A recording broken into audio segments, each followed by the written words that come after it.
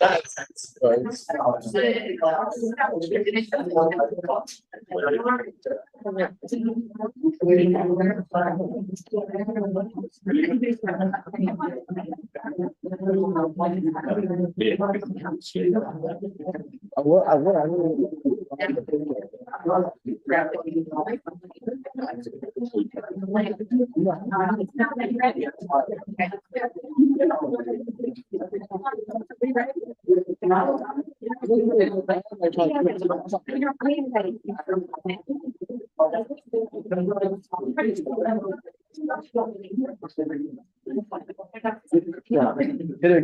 name is Helen Anthony. I'm the chairwoman of the Committee on Finance. I'm calling to order a regular meeting Thursday, May 9th at 5:39 p.m. Madam Clerk, would you please call the roll? Chairwoman Anthony, Present. Vice Chairman Taylor, Here. Councilor Engel, absent. Councilwoman Graves, Here. Councilor Sanchez, Here. 4 present, 1 absent. You have a quorum. Thank you so much, and I'd like to welcome tonight that we have Ken Chavarini is here from the City Solicitor's Office. We have Ken Pichardo joining us this evening. We have Councilman Providence who is here this evening. Thank you very much. We have Councilwoman Peterson here. We have our Madam Auditor Gina Costa is here. Thank you so much. And we have many distinguished guests who are here to address the committee tonight. Thank you all for coming. And of course, we have a wonderful clerk, Donna Galatian and Lauren Gutierrez. Thank you. And Madam Clerk, would you please read item number, actually, I'm going to ask for a motion to waive the reading of item number 1. So a motion made by Councilor Gray, seconded by Councilor Taylor, all in favor? All opposed. Unfortunately, this candidate for the Human Relations Commission is not here with us this evening. So we are right up against our deadline. So we are going to deny without, I'm going to ask for a motion to deny without prejudice. And what will happen is once this candidate is ready to come before us, the Mayor's office can submit it to council and we'll be happy to hear it in finance. So I'm going to ask for a motion to deny without prejudice. So moved. Second. A motion made by Councilor Taylor, seconded by Councilor Graves. All in favor? Aye. All opposed. And also, I'm going to now move to agenda item number 2. And I'm going to ask for a motion to waive the reading. So moved. Okay. Second. Motion made by Councilor Sanchez, seconded by Councilor Taylor. All in favor? Aye. All opposed. We have Miss Stephanie Hay, who is a candidate for the Human Relations Commission. Miss Hay, if you're here, you would just come to the end of the table and we will swear you in. Please raise your right hand. Do you swear independently and perjury that the testimony you're about to give will be the whole truth and nothing but the truth? I do. And please state your name to the record. Stephanie Hay. Okay, and before we start with you, we have your resume, of course, and I appreciate you providing that. And I'm going to ask that this be marked exhibit number 7. Okay, motion to have this, thank you. Motion made by Councilor Taylor, seconded by Councilor Sanchez, all in favor? Aye. All opposed? So Ms. Haig, I thank you for coming. We have just received your resume. And if you could give us just a little bit of brief history on your background and also why you would like to serve on the Human Relations Commission. Sure. Thank you, Chairwoman. Thank you, council members and committee members. My name is Stephanie Haig. I've lived in Providence for about 8 years. I've been working professionally in the Jewish community since I graduated college. I worked in the Jewish community in Kiev, Ukraine, and Baltimore, Maryland, and most recently here at the Jewish Alliance of Greater Rhode Island, which is the largest Jewish organization in the state of Rhode Island. At the Jewish Alliance, we aim to support the 20,000 Jewish community members here in the state through social, cultural, and other programming. And we also serve members of the entire community at the Blair's JCC on the east side of Providence. And in my role at the Jewish Alliance, I aim to be out in the community, engaging with non-Jewish community members, educating people about what's happening in the Jewish community. And unfortunately, we are experiencing the highest rates of anti-Semitism that I've certainly ever experienced in my lifetime, but since record basically in the United States. So now is a very important time for us, the Jewish community, to be out and educating people about the Jewish community, about anti-Semitism, and engaging with partners on the issue. Wonderful. Well, it's a very impressive resume, and I really do appreciate your willingness to serve on this committee. Committee members, any questions or comments? Okay, well, may I have a motion? So moved. Second. That's a motion to recommend approval. Okay, motion to recommend approval made by Councilor Taylor, seconded by Councilor Sanchez. All in favor? Aye. Aye, all opposed. Thank you so much. We are going to refer this back to council with a recommendation of approval. Thank you so much for your willingness to serve. Okay, with that, I am moving to agenda item number 3. And again, I am going to ask for the waive the reading. So moved. Okay, motion made by Councilor Taylor, seconded by Councilor Graves, all in favor? Aye. All opposed. My understanding is that Lerone Myrick is not here. I'm just asking, okay? So again, I am going to ask for a motion to deny without prejudice. So moved. Okay, the motion was made by Councilor Taylor, seconded by Councilor Sanchez, all in favor? Aye. All opposed. Okay. I am going to ask for a motion to take, first of all, I'm going to ask, is Mr. Parr, Melissa Parr here? Oh, good, okay. All right. I'm so sorry, you just introduced yourself. Hold on for 1 minute.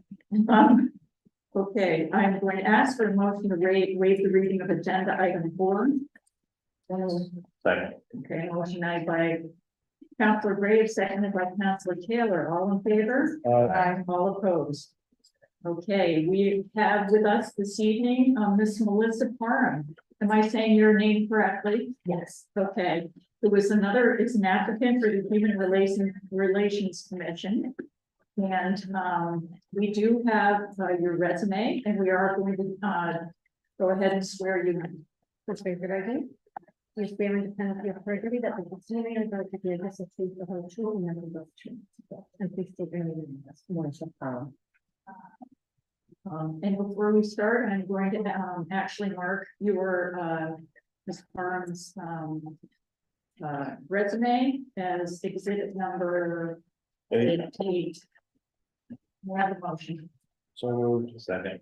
A motion made by Councilor Sanchez, seconded by Councilor Taylor, all in favor? Aye. All opposed. Ms. Parham, I really appreciate you coming this evening. Hold on, may we have that door shut? Thank you so much. Actually, it does get stuffy, so I think they're moving slowly apart. All right, Ms. Parham, I would love to, if you wouldn't mind giving us a brief background on your on what you have been doing, and also just tell us a little bit about why you would like to serve on the Human Relations Commission. Good evening, my name is Melissa Parham.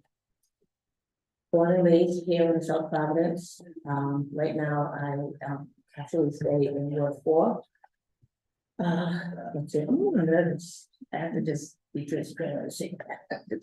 I didn't expect it to be this way, but anyways, I've worked with the Department of Labor and Training for the last 15 years.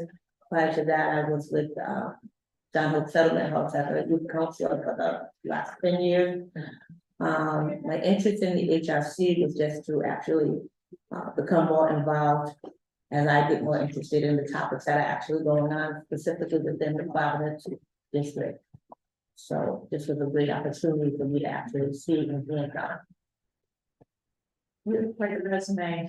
You've got a lot of experience in the city. And currently you're at the DLT. Yeah. Well, I personally will say, I think you have a really good mix of experience, and I'm sure you're gonna bring a great deal of substance to this commission, and I appreciate the fact that you're willing to serve. Let me open it up for any questions or comments. I have a question. I just brought it, Councilor Graves. I agree, I think this is, well. It's very full, like a lot of information and a lot of different ages and groups, and I just think you have a wealth of knowledge to bring to this, Thank you. position, so. Okay. I make a motion. To approve. I'll second it. Okay, I think you want to ask question. Thank you so much. I have a motion to recommend approval of your appointment, and it's been made by Councilor Graves, seconded by Councilor Taylor. All in favor? Aye. All opposed? Thank you so Thank much. We really appreciate you coming in this evening. Hey, that's right.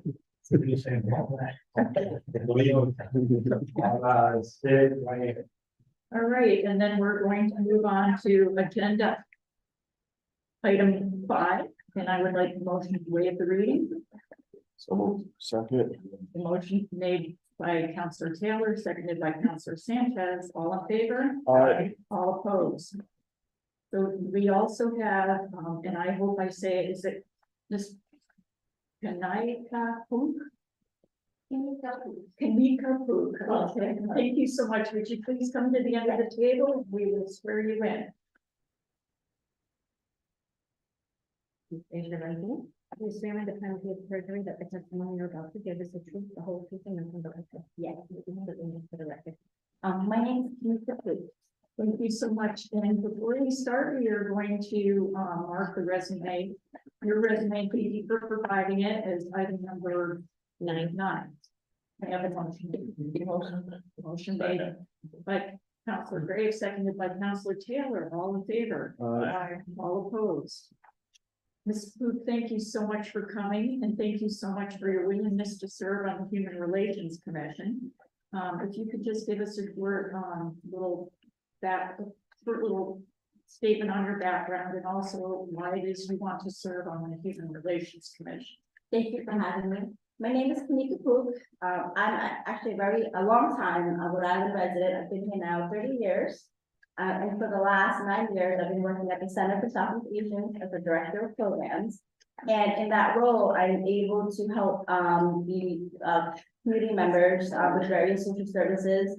I have a business studies background, so we are in the middle of tax season. I'm really happy to be able to help the low-income families file their taxes. And there's so many different programs that we have at the center, and I feel like the work that I do there, I could continue on and add on to the commission, and I want to contribute with my experience of being a longtime resident as well as a newer mom. I think that before I wasn't as attentive to what else has been going on in the city besides what I see in my community members and in my job. But now with this nomination and hopefully approval to be on the board, I want to give that, and I want to bring that experience and give feedback, give ideas to make Providence even better, and for a place for my daughter to grow up in. So that's mainly the reason I want to join. Thank you so much. We appreciate it. I think we have Councilor Graves who would like to make a comment or ask you a question. I like to make a comment. I'm glad that you applied because unfortunately in a lot of those areas, it's the Southeast Asians that are missing. They definitely need a voice, so I'm glad you're gonna be one of the voices on it. Thank you. I'd just like to say welcome, because you live in Ward 8, you live 3 streets away from me, Yeah. and it's good to see that someone from Ward 8, now I'll put you on the spot, because you live on McKinley Street. But did you notice how good of a job that the Department of Public Works does cleaning up that little area? They're here now, so they like to hear that, they like to hear the job. That go, that looks so beautiful, and I want to keep up that up. Thank you very much. Contribute too. Because these are all the people right here responsible. They all, just want to put that out there. Thank you. You said that better watch you had it back to everybody. No, that's okay. What you sitting there? No, that's okay. Chairman, Yes. Just a comment. Thank you so much for your ones there. But no, I just want to commend the administration for putting a very diverse group of folks and before us. It's, you know, we don't have any questions because you guys are all very qualified and thank you. And I was also gonna say the same, it is a very impressive group that you have had here before us. And I really look forward to the work that Human Commissions, the Human Relations Commission is gonna do with this very talented membership. So thank you so much. Thank you all for coming this evening. I have a motion to recommend approval. Can I ask a question? Yes, you can. Are all the slots now filled? Cause I know there was empty spots before. Well, we have two or one that have not. So there's two here more. Okay. Well, thank you very much, and I make a motion to approve. I'll second. Okay, motion to recommend approval made by Counselor Griggs, seconded by Counselor Taylor. All in favor? Aye. All opposed? Thank you so much for coming, all of Thank you. you. Thank you. Okay. With that, we are moving on to our budget agenda. Thank you so much. Thank you so much. We're moving on to our budget, so I'm gonna ask for a motion to waive the readings of items number 6 through 9 on our agenda. So moved. Second. Okay, motion made by Councilor Sanchez, seconded by Councilor Taylor. All in favor? Aye. All opposed? Okay, with that, we are going to start with recreation this evening. So, may I have the finance team and the recreation team come to the table to be sworn in.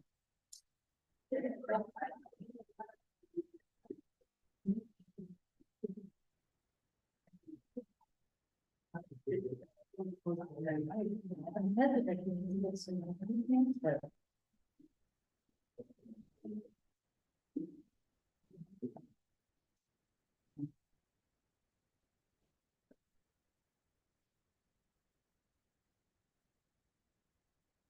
Stephen, you're the only one coming up for rec. I'm it right now. Director Grace is joining us this evening. I was just waiting for Deputy Director Council member to return from the finance on the additional comment.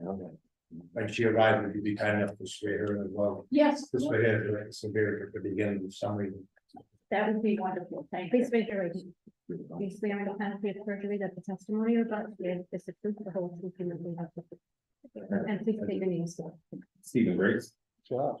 And Senior Chief Financial Officer. Sarah Samaria, Finance Director. Thank you so much. And thank you, Director Grace, for coming before the committee, and thank you so much, Finance team, for joining us. Thank you, Madam Chair. If I may, a typical process will commence with the finance director reading a summary of the budget, and then if there are additional questions associated with this particular department budget, finance along with the director can answer.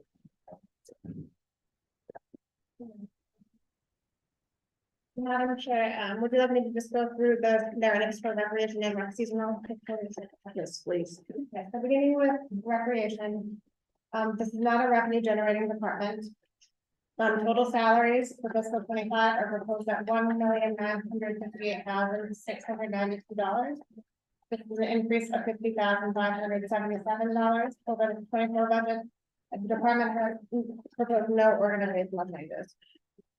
Total benefits for fiscal 25 are proposed at $1,030,031, a decrease of $15,629 from the fiscal 24 budget. Total services for fiscal 25 are proposed at $170,000. This is an increase of $62,000 from the 24 budget, and it is due to rubbish removal costs and funding, and then funding additional year-round programming, and has been offset by a reduction in real estate taxes, which are transferred to public properties budget.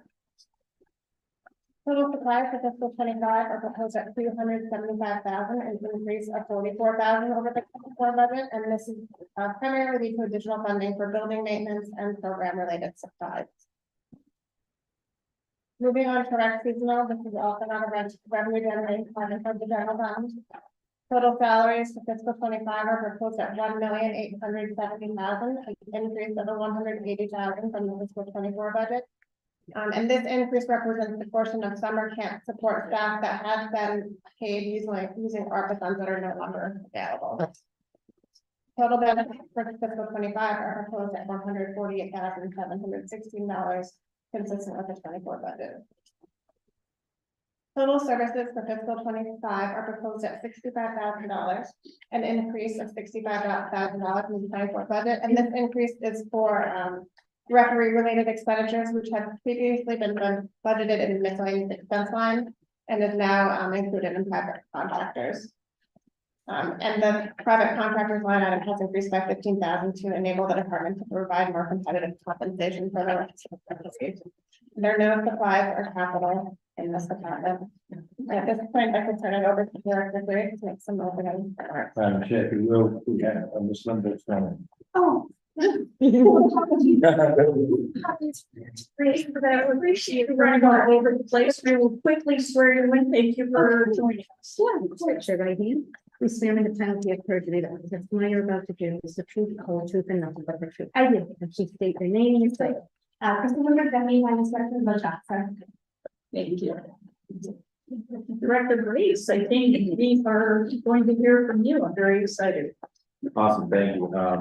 Council members, I appreciate the opportunity to speak this evening. Last year when I presented, I believe I was 4 months into the role, and there was a lot of ideas that were, brought forth, and the council was gracious enough to provide us with the resources by approving the budget with the creation of 3 new positions that have been instrumental in the development of the department over the last fiscal year.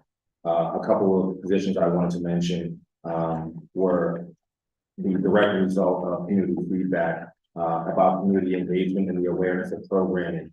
And we were fortunate enough to receive funding for the position of media content manager, which led to the creation of our social media Instagram account, which has been thriving over the last 6 months to bring awareness not only in social media, but throughout the community, and collaborating with other organizations to make sure that the community knows some of the work that the Department of Recreation is doing. We also brought on a special projects manager, and we'll talk about it a little later, but has led us in the integration of city systems as well as with the school system to make sure that we are making better operational and financial decisions. And this includes anything from system processes, new technology, the integration of it, and the training of our staff and others to be able to use these systems to create a better product for the constituents in the city of Providence. And a community-based organization coordinator that will be focused on community engagement specifically. And in our second year, we have a lot to be able to communicate to the community with the addition of additional funding that has been granted to us to improve our facilities and engage the community on what that's going to look like and what programming that we can provide in the centers going forward. Over this last year, we have added additional programming as well as additional staff, like I mentioned. This past April, we were fortunate enough to start the department's first developmental soccer league in the West End at Buckland Park. And it was a great collaboration. And the reason I'm emphasizing it today is because every one of those positions that I mentioned and the resources that were provided went into how that league was created and how it's being successful now. From the community engagement, from marketing, to the organization of the league, and the engagement of the leaders in the soccer community in Providence that are volunteering every week and are helping us facilitate what this program looks like for the kids, has been a great success of our department over the years because it incorporated every resource we had to be able to put something like that on. We are just about into our summer camp season, and Eat, Play, Learn started on April 27th.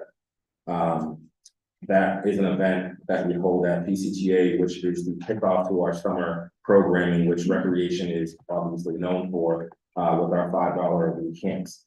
These affordable camps allow families to choose a summer activity where their kids are gonna be safe, they're gonna learn, eat, and play, right, like the slogan says. And on that date, on April 27th, we began registration at 10 a.m. and by 10:04, 95% of the camps and opportunities were filled. We also provide the largest number of youth jobs for the summer, with around 475 and 500 jobs. We had over 900 applicants this year. And we're looking to expand that program over the years to offer more enriching opportunity and collaboration with some of our partners, including school systems in the area to do so.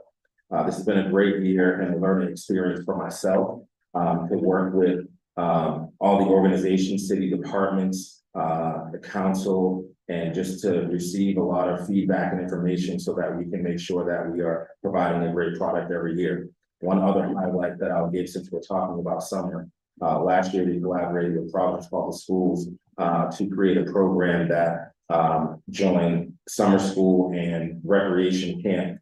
We held it at the Rollins Recreation Center, which is connected to the Youngwood Elementary School. And we had students that participated in summer learning as well as recreation activities. But one of the highlights of the program was the municipal exploration that we started. And this program is intended to introduce the different departments in the city that will eventually be job opportunities for the youth, but to give them an interest in exploring our city as well as the city services that could lead to potential employment. Sitting here, the Department of DPW was instrumental in providing resources and collaboration for that camp, where they went on field trips and learned about the different equipment and free handles here, and they learned about food and a lot of different departments that the department has to offer. But it was a great program and one of the highlights for us. And so, you know, over this last year, I was really thankful to be able to work with a lot of different agencies, government agencies, departments, and people to have a successful year. I'll just kick off by saying I've been quite impressed with your, I'm gonna say reorganization of what I think was already a good program, but you're making it great. So I really appreciate your new hires. I think are thoughtful. I think the marketing is hugely important. If we don't let people know what we offer here, it doesn't work. So as I'm a big fan, a big supporter, and I do appreciate your energy and enthusiasm, but I will now let my other committee members ask any questions you have or make comments. Yes, Councilor Sanchez. Thank you, Cheryl. Thank you, Director. Doing great work at REC. My other question is only towards finance. I think I know the answer, but just to confirm, revenue from rental spaces, does that go back into the recreation The fund? recreation department has a recreation support fund, so yes, event rentals and the revenue from the $5 summer camps is going into the support fund. I'll let the director talk a little bit more about this, but he's done some really great work in sponsorships for leagues and various events throughout the city. It's outlined in his annual report, which I was reading while I was making copies. It's really well done. But I think what Director Brace has done to innovate and collect additional revenue to support our recreation facilities is commendable and something we should be looking to do elsewhere in the city. And thank you for that question. And I do want to recognize Deputy Director Francisco Piello, who's been instrumental in my transition here. I think he knows the budget by heart and every account number and code in our budget. And so it's been able to, he's been able to guide me and assist me with any decisions that we've made over the past year. And Councilman Sanchez, thank you for that question and about revenue generating opportunities. And I also want to recognize that Councilman Sanchez is instrumental in working with us to make sure that the Recreation Advisory Board is meeting on a regular basis and advising me on you know, the budget and programming and important decisions that the Department of Recreation should be making. So I appreciate that as well. To answer the question, if you have this in front of you, this is actually a great answer to the question. If you're looking at the kids that are participating in the soccer league, I actually wanted to include this recently, so I printed them recently to be able to include this. This was our first major sponsorship opportunity that we were able to bring in, $24,000 to support this league and other initiatives, through the positions and the personnel that I mentioned earlier, from our special projects manager to our media content manager, community-based organization, my main office staff, to create a program where organizations can support the Department of Recreation and the kids and the families in that way. And now we're looking to do more. And so, combined with this budget and those opportunities, I think we can provide more programming and services going forward. Before I forget, I want to give a shout out to the chair of the rec board, Tony Simon, for being here. I think he's invested a lot of time and effort into the advisory committee. But I have a follow-up question on the revolving fund, or what's the name of it, you said? The Recreation Support Fund. Recreational Support Fund. Is that housed at the rec department or through the city's finance office? So it is, all funds and accounts are run through the finance department, particularly our controller's office. So they maintain the bank recs, they do all of the accounting for it. However, the decisions on how the funding is spent is completely at the discretion of the recreation department. So, it lives outside of the city's general fund, similar to kind of parks have some similar, we call special revenue funds, where there are certain revenues that are generated for a specific activity, we report those in a separate fund. And then the department is able to utilize those funds to do additional programming or other recreation related activities. The use though is restricted exclusively to recreation and recreation facilities.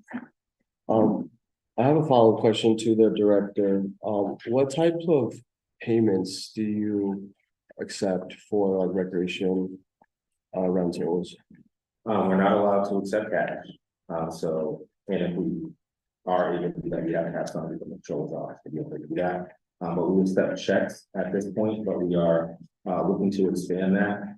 We have revamped our website, and you guys are seeing the new website come out now, where there'll actually be a donation button to be able to make ACH payments and credit card payments if you're looking to support the Department of Recreation. So any opportunity we can give someone to be able to support us, we're going to take advantage of, and that'll be coming soon.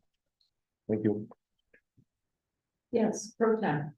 Just going along those lines, so in the budget, what does that reflect, that special recreation support fund? Yes, so that is not part of the general fund's operating budget, so it's not typically presented as part of this process, but if you'd like, we can get you a reconciliation of what is in that account, what the available balances are and what the spend has been on. Sure, that's cool. Yeah. You know what the balance is? Yeah, of course. Not off the top of my head, but we can get that to you pretty quickly.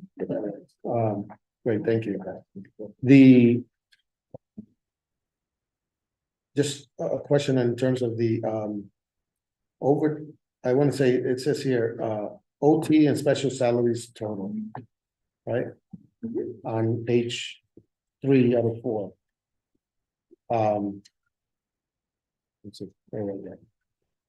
And there's a reduction of under budget, I believe, 172,000.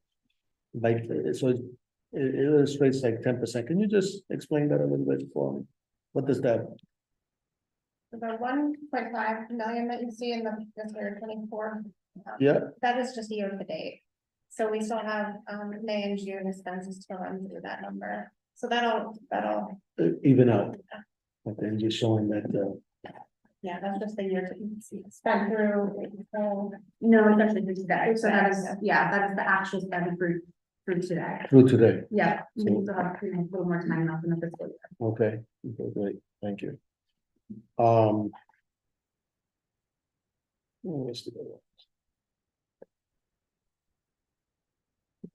That's it, man.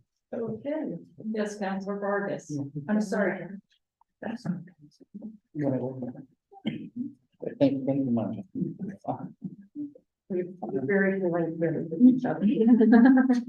Thank you very much. Director, what is your vision for winter time on the soccer leagues? How are we going to keep playing and practicing My vision is gonna probably be the community's vision on that, and what I mean by that is I've been fortunate enough to engage some of the leaders, like I mentioned, in the community to talk about what that expansion and programming could look like. The winter time is obviously tough because we create a situation where, our basketball league is functioning in full force. And so we have to, be creative with the amount of space to promote and expand, alternative sports or just other sports in soccer. So at the end of the soccer season, we're gonna be meeting with those folks to talk about what that looks like for the winter. My hope is that with enough space and time and opportunity, we can provide both. To be able to do that, because I'm actually really passionate about that now. I'm actually really getting in to the culture. So at the end of our developmental season in May, we'll start having those conversations about what it's gonna look like in the winter to expand. That would be the goal. Yes, go ahead, Councilor Vargas. Can, how you think about using the facilities multi-use? The basketball court used as a futsal and get Yes. working towards? Yes, so multi-use facilities to be able to create the opportunity for other sports, like we said. I've actually done a little bit of research on futsal, and even after we spoke at the event on that Sunday. And I'm looking at not only the futsal opportunity inside, but also outside as well. When we're thinking about the expansion of parks, we've got the ability to create, new play facilities, indoor, outdoor. Can that be something that we are looking into? I found a few options where basketball courts can be converted into futsal with bowls that come out of it. And then the equipment that can be used inside so that the facility isn't being damaged, and what type of, even down to the type of ball, the weight and the size of that soccer ball field used inside. So that information actually is not from me. I got that from the community to be able to, deal with the experts. So that's going to be part of what we're going to talk about. And I meet with them again at the end of the season. Thanks. Councilor Graves. I just want to make a comment first, like the Parks Department, our Recs Department, our fabulous, they're much needed, to help keep the kids off the street, to give them something to do, and it helps build their character and everything, and I do have to admit, the records that I've met so far, have they get a lot of respect, and the kids really like them, and so my question, I guess, is how is the attendance? Is it increasing? I know you haven't been there yet. But you must have some type of sense of the numbers, and if so, why? And if not, what do you think you can do to improve it? I'll have a better answer for you at the end of the summer season. That's when we start our first new attendance tracking system. So you'll see in the annual report, we started that at the beginning of summer. We had some trends and we had some data based on the start and end of summer. That was our trial. So at the end of summer, we'll be able to do a year-over-year comparison and be able to take a look at the attendance in each of the centers.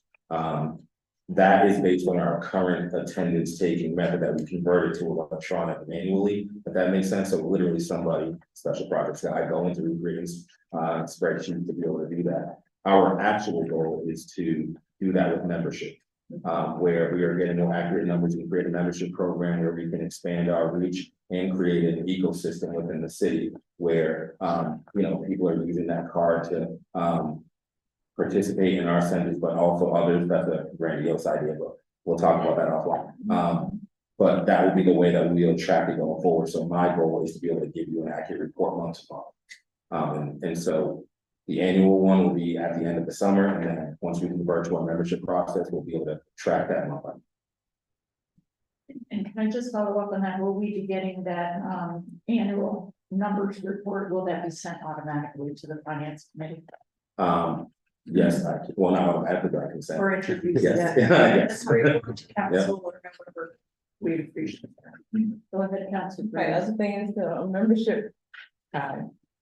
A lot of times people hear membership and they're thinking, am I gonna be excluded or included in what is the criteria for membership?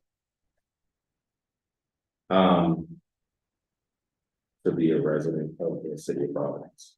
And that's it. Yeah, I think that's the only requirement. Okay. Nobody just want to hear that. Yeah. I couldn't think of it, because I don't think there should be. Okay, yes. I just got one, and I know soccer's good, but be cautious doing inside, because when they did soccer in the Oz administration, they did it inside West End, and they ruined it. They knocked the lights down, the pipes were coming off the vent, the ceiling tiles were all kicked in. It was a mess, so just be careful because they're not, soccer balls are kicking all over the place. And then when I went in there, it looked like a tornado hit. Yeah. What happened? You know what I mean? Yeah. And then we had to pay to get all that stuff fixed. Absolutely. So just keep cautious on soccer inside. That's all. Thank you. Pro Tem. Thank you. From your experience now that you ran the first year of the summer jobs, how many, has the number increased of the need since last year to this year in terms of the enrollee? For summer jobs within the department? Can you define like the need for me, like, because I mean, I think just generally, there's a need for youth employment just significantly, right? Not just in my department, so I would always say, can we employ more? That would be the goal, but also, taking a look at, not just opportunities within recreation, but what is your next step after you're a camper? What is your next logical step? Within, the city, that's where the municipal exploration is gonna kind of tie in. Yeah. So I think we do need more youth employment, and I think we need to create more opportunities for it and working with organizations to be able to do so. I think we can do that. Play Learn does a really good job of that. So we're not the only, organization that employs you. We just employ a lot of them. So I think there's always a need to answer the question. So within the camp that you run, how many did you serve last year? It was, the exact number was about 490, I believe, Steve. Yeah, over 500. Over 500. So, and we also split some employees with the Parks Department for the food service around the city to add staff.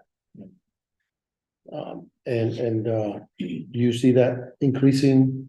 Obviously, some kids don't get selected during the camp, correct? Or as many kids that sign up? We had over 900 applicants, so Yeah. with available spots being around 500 for us, so you're looking at it just with that number alone, about 400, teenagers that aren't getting an opportunity with us. Yeah.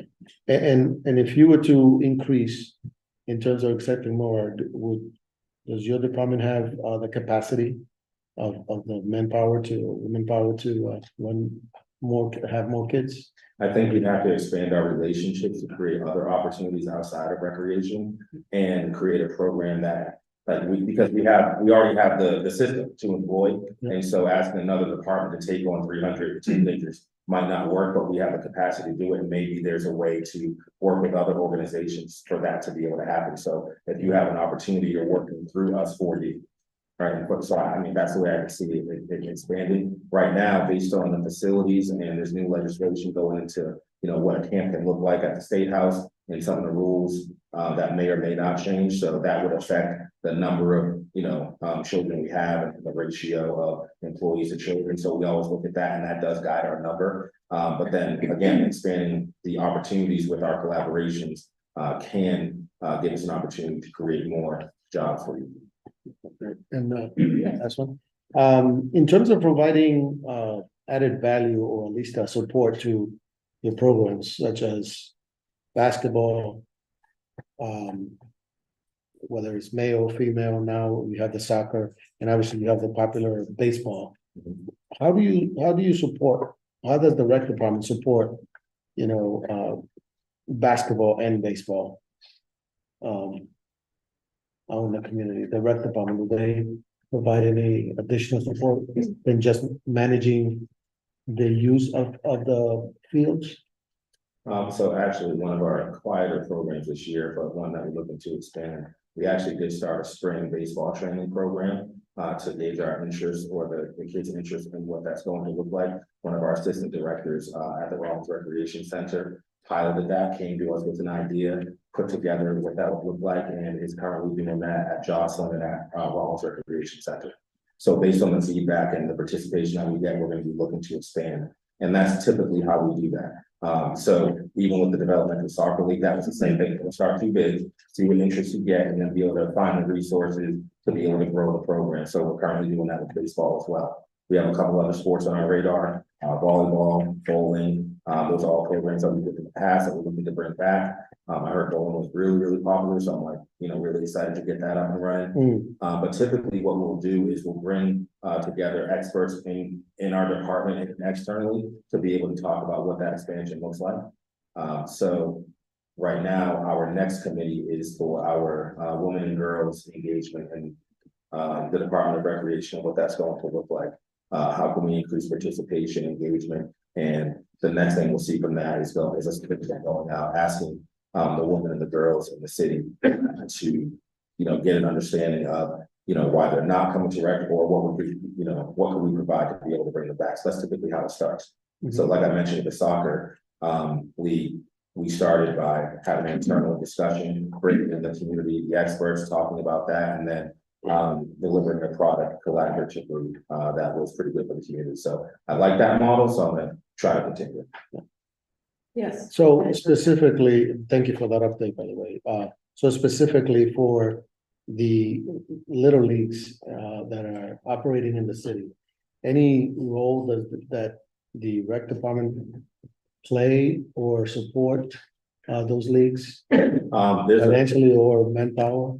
Financially, no, but with the permitting process and what that, it's literally a full-time job to manage where, when, and making these facilities available. So Parks maintains them and we permit them. So there's a lot of customer service and organization that's involved in doing that. So that's how we support right now, but financially, no. Other than making sure that there's awareness for the leagues, around the Department of Recreation. Thank you. Yes, Councilor Sanchez. Thank you, Chairwoman. Thank you, Pro Tem, for asking those questions. I had some similar thoughts. I guess the first question is to the administration. Is there any other department that employs youth over the summer outside of rec? Parks. Parks. Yeah, Parks employs quite a few youth throughout the summer. And then the Office of Economic Development also runs the youth, jobs program, but I believe the bulk of those jobs are in outside agencies outside the city. Our Economic Development Office just administers the program. Thank you. And then a question to the director on this topic. The youth jobs are paid out of the seasonal salary. Is there any way you could get us a number that's specific to youth jobs out of that? Like how much is specifically going to youth jobs? Yeah. I believe we can because it'll be based on like the payroll and things. Yeah, the report that could be wrong. I think that would be interesting. Okay. Yeah, it would take a little while because we'll have to sort the data by people's birthdays essentially. But yes. Yeah, no, just because. No, just I was this was to lead into to all of us really, that I think if there is a youth in our city that wants a job, we should try to find a place somewhere in the city to provide that as best as possible. Let me just follow up on that. I'm sorry, Councilor Sanchez, and so you were asking for a breakdown of. Yeah, so the seasonal salaries is proposed at 1,874,000. I would be interested in seeing how much of that specifically is going to youth jobs. Okay. It's to do the jobs by youth. Is that what you're saying? I'm sorry, I'm asking. Per worker, or I'm sorry, why are you asking for that information? Like how much of that total is specific to just youth employment? Okay, all right. And we're gonna get an exact number, but it's usually around 70 to 75%. Okay. Any other questions or comments? Yes, Counselor Gray. You and I already talked about this, but, I would like to go back to the days where the recs weren't just for the youth though, because I think that intergenerational thing helps out a lot. So we talked about probably trying to get something else started where the older people can come in, and I mean by older, not youth. You know, and I think a lot of the gyms, I mean, the recs, I think I really, they already have the facility there. I think it's just coming up with some different things. So, I know we basically just talked about it, but I wondered if you are still interested in doing something along those lines or.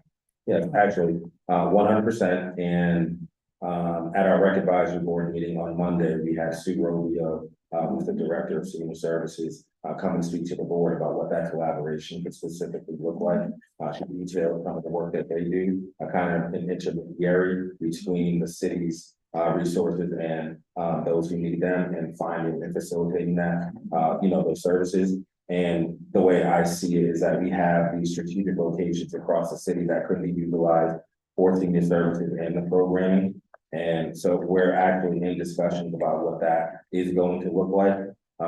My plan would be to, and I'm talking with senior services about this, is I want to have a senior in each recreation facility to promote that intergenerational programming, because that experience matters. And so that's what those initial conversations were about. And we planned one event that was in the winter. We had a bingo night at Jocelyn Recreation Center. And then we're gonna be planning another one, I believe, for after they have their event in the summer, the Mayor's Day in the city. So we're gonna try to do another one in collaboration at the end of the summer while we lead into fall. Okay. I think we may not have, first of all, did I mark the exhibit? No. Oh, I'm so sorry. We'll mark Okay. the both of them. We'll do the use budget documents. That'll be 10, exhibit 10 and 11 for the annual report. Both at 10.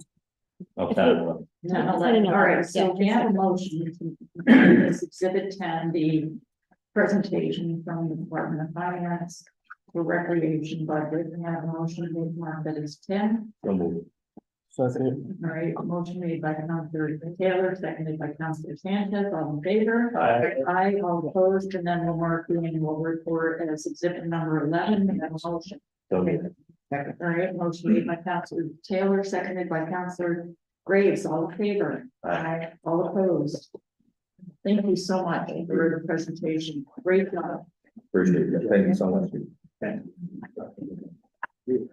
Sorry. Okay, we are going to move right along now to DPW. So I don't even know how you're gonna fit the team at the table. Do you want to stay there? Do you want to, can everyone? I see we have someone on crutches. For those of you who can you stand and we'll just quickly swear everyone in? And don't you worry with the. That's on the. That's Melanie to our current administrator. I'm sorry, I didn't recognize you. She lost the battle with some freshly cut grass. All right, then, you swear everyone in. Okay, please raise your right hands. You swear under penalty of perjury that the testimony you're about to give is the truth, the whole truth, and nothing but the truth. I do. Please state your names for the record. Patricia Point, Bay Director. Craig Hoffman, chief engineer. Melanie Hewitt, Herbert Administrator. Karen Gomez, Fiscal Manager. South Solomon, Howard Superintendent. David Mayor, Superintendent, School District. Thank you so much, all of you, for coming. I really appreciate it. Okay, I am going to ask that we mark the exhibit, so I don't forget, the presentation as exhibit number 12. Can I have a motion? Okay, motion made by Councilor Gray, seconded by Councilor Taylor, all in favor, aye, all opposed. Okay, well, thank you, Director, very much, and I guess we'll, receive the report from finance and then your report. It was looking to continue to read through all of the divisions. Yeah. I'm afraid to, okay, all right, let's try. I mean, because there's a lot of meat in here, I want to hear every word of it. Okay, we will start with engineering and sanitation. This is not a revenue generating department. Total salaries for fiscal 25 are proposed at $933,500. This is an increase of $135,579.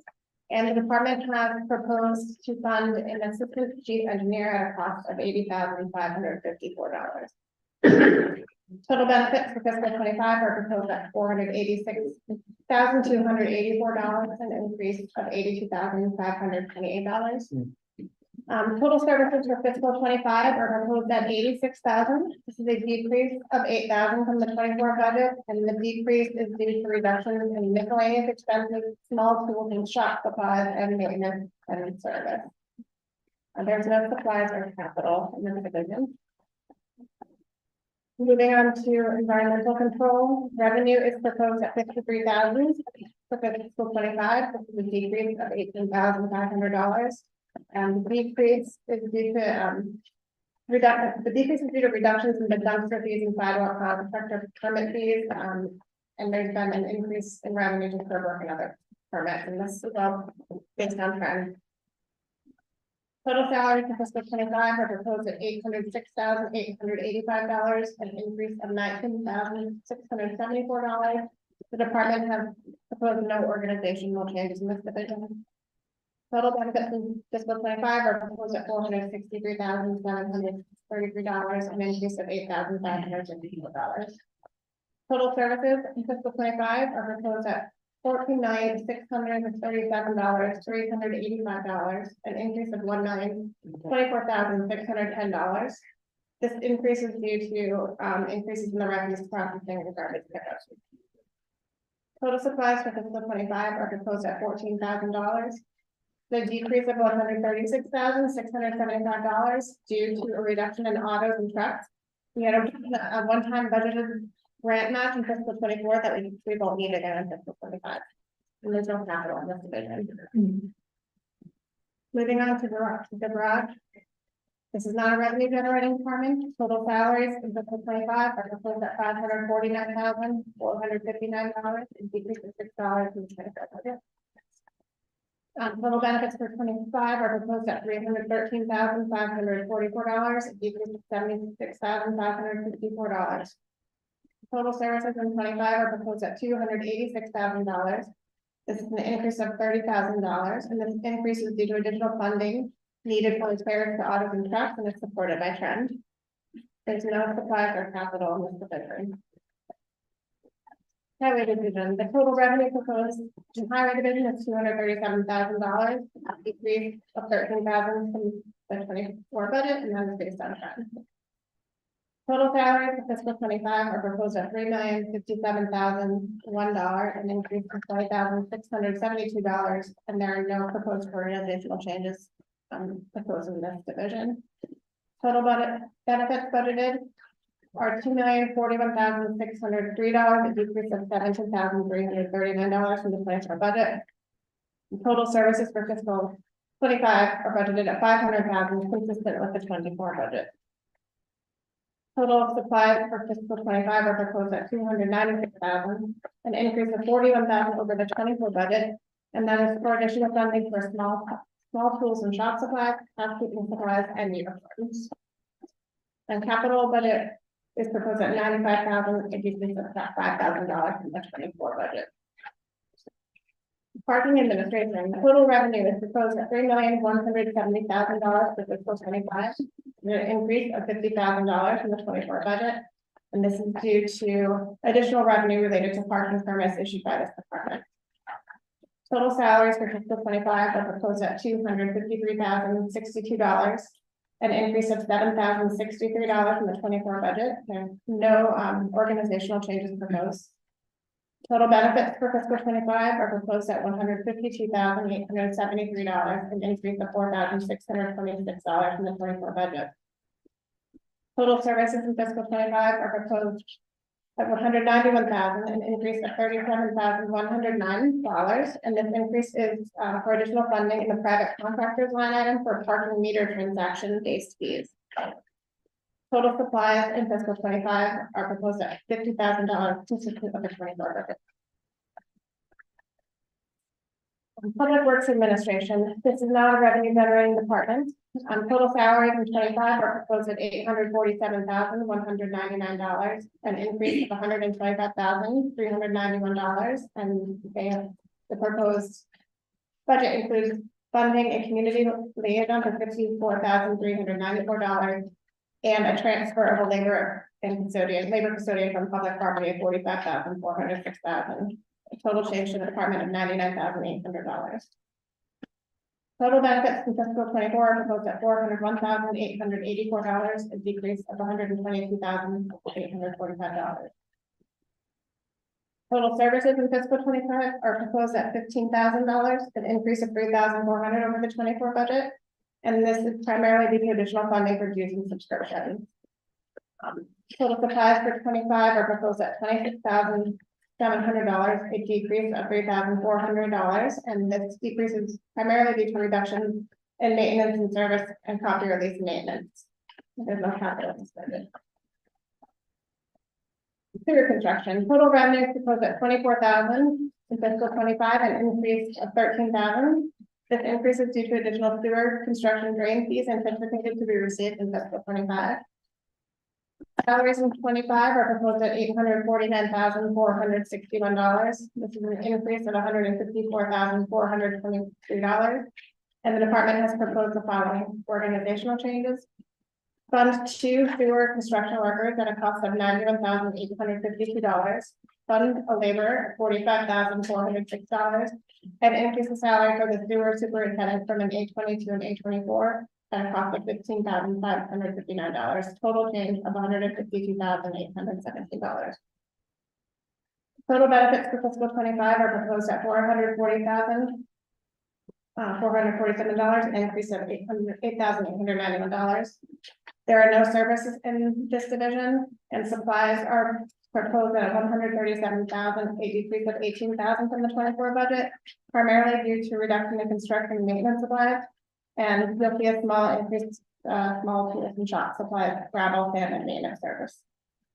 Capital for fiscal 25 is proposed at $70,000, an increase of $5,000 from the 24 budget. And this is additional funding needed for the maintenance of fountains throughout the city. The next division is storm response, formerly known as snow removal. This is not a revenue generating department. Total salaries are proposed at $500,000, consistent with the 24 budget. There's no benefits in this department.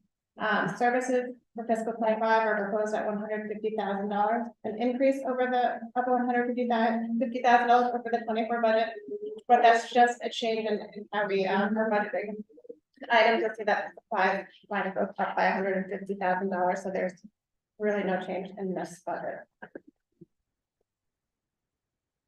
And last division is traffic engineering. Total revenue is proposed at $295,000, a decrease of $205,000 from the 24 budget, and this reduction is due to decrease in permit fees, and it's supported by trend. Total salary for fiscal 25 are proposed at $834,724, an increase of $33,283. Department has requested no organizational changes in this division. Total benefits for fiscal year 25 are proposed at $440,692, a decrease of $89,239. There are no services budgeted in this division, and total supplies for fiscal 25 are proposed at $319,100, an increase of $4,300 due to additional funding for small tools and shop supplies and training. And there's no capital in this division. At this point, I'd like to turn it over to Director Peggy. Very good. Thank you. That's Director. Thank you, Chairperson Anthony, and members of the committee and council. It's been just over a year since the city council approved my appointment as director of DPW. I want to thank you for your confidence in me and your support throughout this past year, and the support of your staff to my department throughout this past year. Director Gray said, you know, the last time he did this, he had about 4 months in, and I'm not the same. Certainly have learned an awful lot in the past year, and was really fortunate to spend time in the field with each division, filling potholes, I went out with a sewer crew, spent time with environmental inspectors, spent the day with one of the engineers, spent the day with Felix, the guy that fixes the meters or collects the coins out of the meters and so forth. And it really gave me great insight into the breadth of work that's done by this department, and I'm very pleased to be working at DPW. In the past year, we've assessed our processes. We've been assessing our processes to identify areas for improvement, and the department really has made progress. See in its provision of city services, a level of transparency, and our utilization of resources. And while I believe we have much to be proud of, I'd like to mention a few highlights and credit the talented men and women sitting behind me who make up Team DPW. First, the hurricane barrier. The hurricane barrier is so critical to the safety and protection of the city. It's finally being repaired and upgraded. This is a project that had been deferred for many, many years, and it's a major accomplishment that this project is now almost in the home stretch. And I want to thank the council for its support on this. The project is overseen by an engineering unit led by Craig Hoffman. Engineering plays a huge role in so much of DPW's work, from sidewalks to stormwater, so much more, and it's crucial to the success of the city. The department is now a certified training center for employees needing to obtain a CDL, commercial driver's license, which is a requirement of a number of positions at the DPW. To date, the DPW has trained more than 10 employees who have successfully obtained their CDL, saving the city money and improving employee retention and recruitment.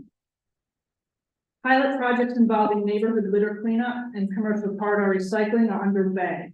In addition to our regular mattress collections, of which there are many, the environmental unit led by Al Giuliano has also held very successful collections for e-waste and eco-mix. New parking meters are in the process of being installed citywide. Signage citywide is also being worked on to ensure clear communication and a reduction in what we call sign pollution. We are fortunate to have Melanie Jewett at the helm of curbside administration, and she tells me she is now dreaming about parking meters on a nightly basis. In addition to the day-to-day work of road maintenance and drain cleaning and more, the teams from Highway and Sewer, led by Sal Solomon and David Mambro, have done phenomenal work with DPW's storm response, which is now essentially a year-round issue, ensuring the safety and preservation of property for the city. A new information-driven system for traffic calming requests has been implemented, as has an electronic permitting system that is more efficient and convenient for constituents and contractors. The traffic engineering division, led by Nate Urso, works tirelessly to ensure traffic lights work, signage is right, and our roads are safe. We've also moved toward an electronic system for tracking employee time off, one of the improvements made to our fiscal admin division, led by Karen Gomez. Karen's leadership has led to a marked increase in confidence in our internal fiscal system. Inside the DPW, Deputy Maureen McManus and I have been working hard to foster a culture of teamwork and collaboration, allowing us to use our resources more wisely and efficiently. As most of you know, Maureen is an incredible asset to the city, and we are very fortunate to have her. She sends her apologies tonight. She's not here. She had a family emergency that she had to attend to. She wanted to come. I frankly made her attend to the emergency. This past year, the management team at DPW has participated in numerous team building activities, community functions and outreach, and educational programs, as well as a 360-degree management assessment process. We are proud of the spirit of collaboration DPW has with other city departments, as referenced by Director Grace, for example. And we're, of course, thrilled to be moving toward a new DPW complex, which will provide a safe, clean, and productive workspace for decades to come. These are just a few examples from the past year from a department that is committed to providing excellent city services.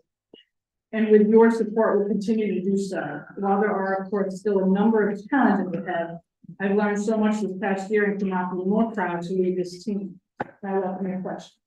Thank you, Director, so much. Who would like to kick this off? Committee members? I know that Yeah, I have one question, it's just, and I'm gonna, like I did with Fox, I'm gonna ask you a question and I'm gonna suck at Larry to come in again. But I just wanna know how many vehicles that you have, and then how many in highway, and how many vehicles need replacement. The number of vehicles we have, Right now, we have Brad's an expert. 40 total vehicles at highway.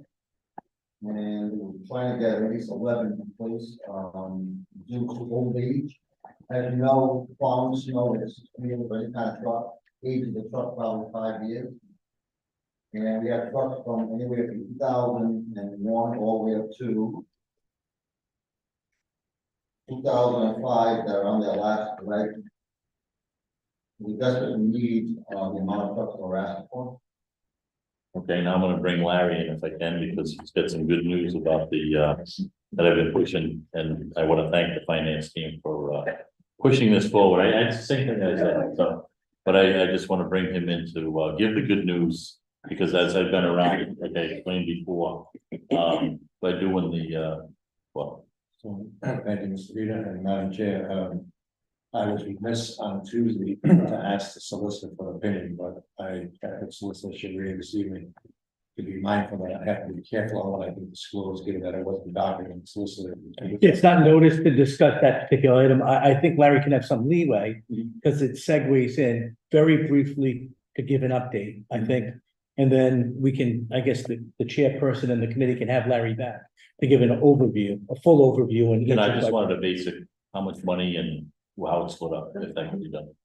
So if I may, Madam Chair, as I testified on Tuesday evening, master lease has been presented to the Board of Contract and Supply for recommendation of award. It will be referred to the council, and that I would presume to refer to this committee for further review. We would hope that we can come before this committee on May 28th, if that's appropriate. In the meantime, an ordinance will be introduced tomorrow by the clerk's docket deadline, demonstrating an ordinance detailing the $20 million of the anticipated capital good purchases. Yes, just about 50-50. 10 million would be for general government operations, including parks and public works and other attendant departments, while 10 million will be specifically for fire apparatus and police. I can tell you this evening that approximately 4.5 million is the amount that has been dedicated for equipment replacements in the Department of Works. And it includes the list that they had requested for the most part, that was vetted by the finance directors during the meetings associated with their department reviews that are included in the master lease commission. So I just want to say thank you for the finance committee, as I thank the parks, that your voices don't go unheard, especially with me with that, because I know how much work DPW does as well as Fox, and I know you need the trucks up there, so I want to thank you for bringing that to us, but also for the finance committee for your hard work and seeing this through. So thank you. Thank you. And I would like to thank Councilor Taylor for being unifocused on this very issue. He really doesn't even want to talk about anything else but a master release. Because they include high trucks. I appreciate his focus on this, and we are going to be hearing it. I'm looking at my schedule, confirming the hearing on in finance on hopefully the May 28th is when we're scheduled. Thank you, Madam Chair. We appreciate that consideration. Okay. Councilor Taylor, do you have anything else to say? I know you have a meeting around the kind of stuff. Yeah, no, I'm all set. Okay, I will, yes, Councilor Graves. The parking admin, the revenue was increased. Is it citywide, or is there certain sections that are, that's really pushing up the parking permits?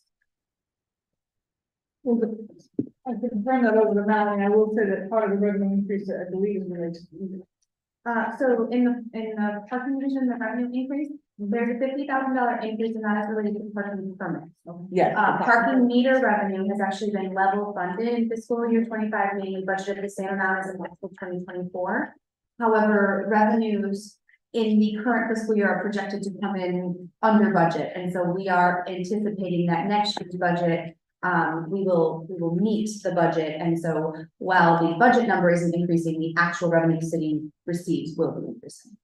But to your question, are you asking your permits expected to increase in certain parts of the city or citywide? I'm gonna ask Nadia. So, you can say that. So currently, I'm in the middle of a project determining where our permits are most common. The heaviest, the wards with the most permits are the West End, and the other areas that have, heavy permit purchases are surrounding our colleges and universities. And then also some of our more dense, neighborhoods where there is a lack of parking, off street. So once that project is finished, I can provide that to finance. Thank you.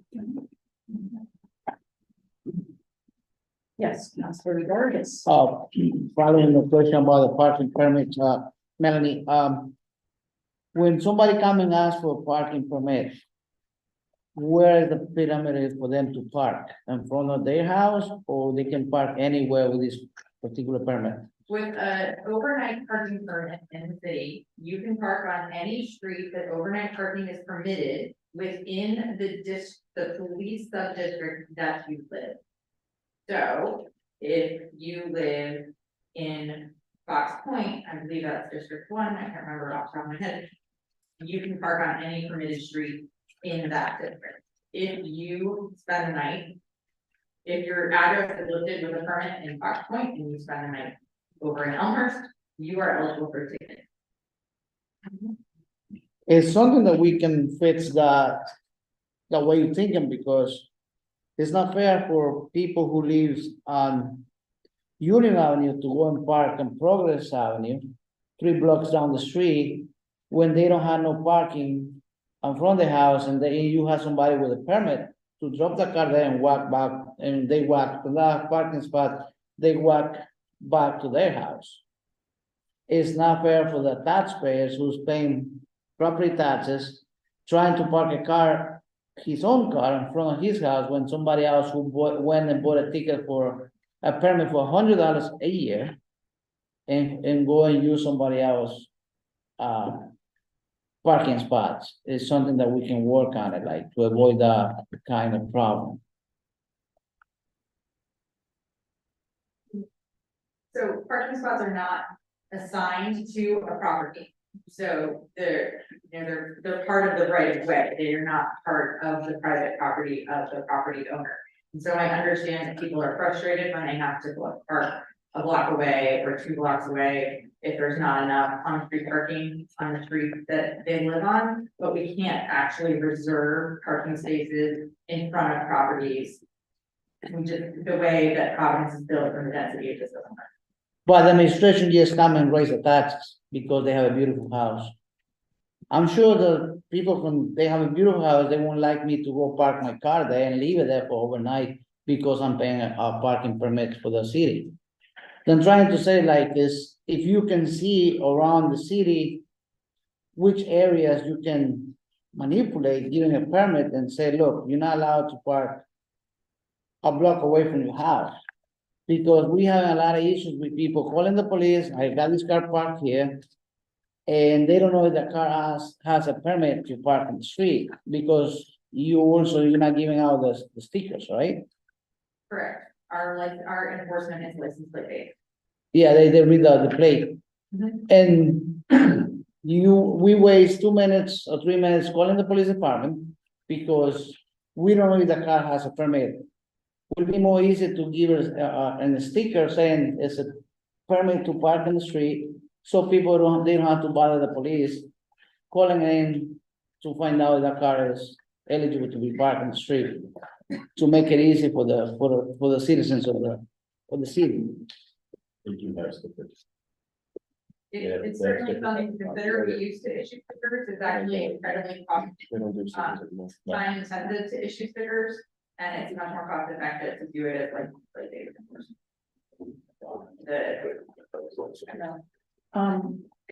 Do we have any idea of what kind of cost the stickers were? The stickers are handwritten for each permit. How much?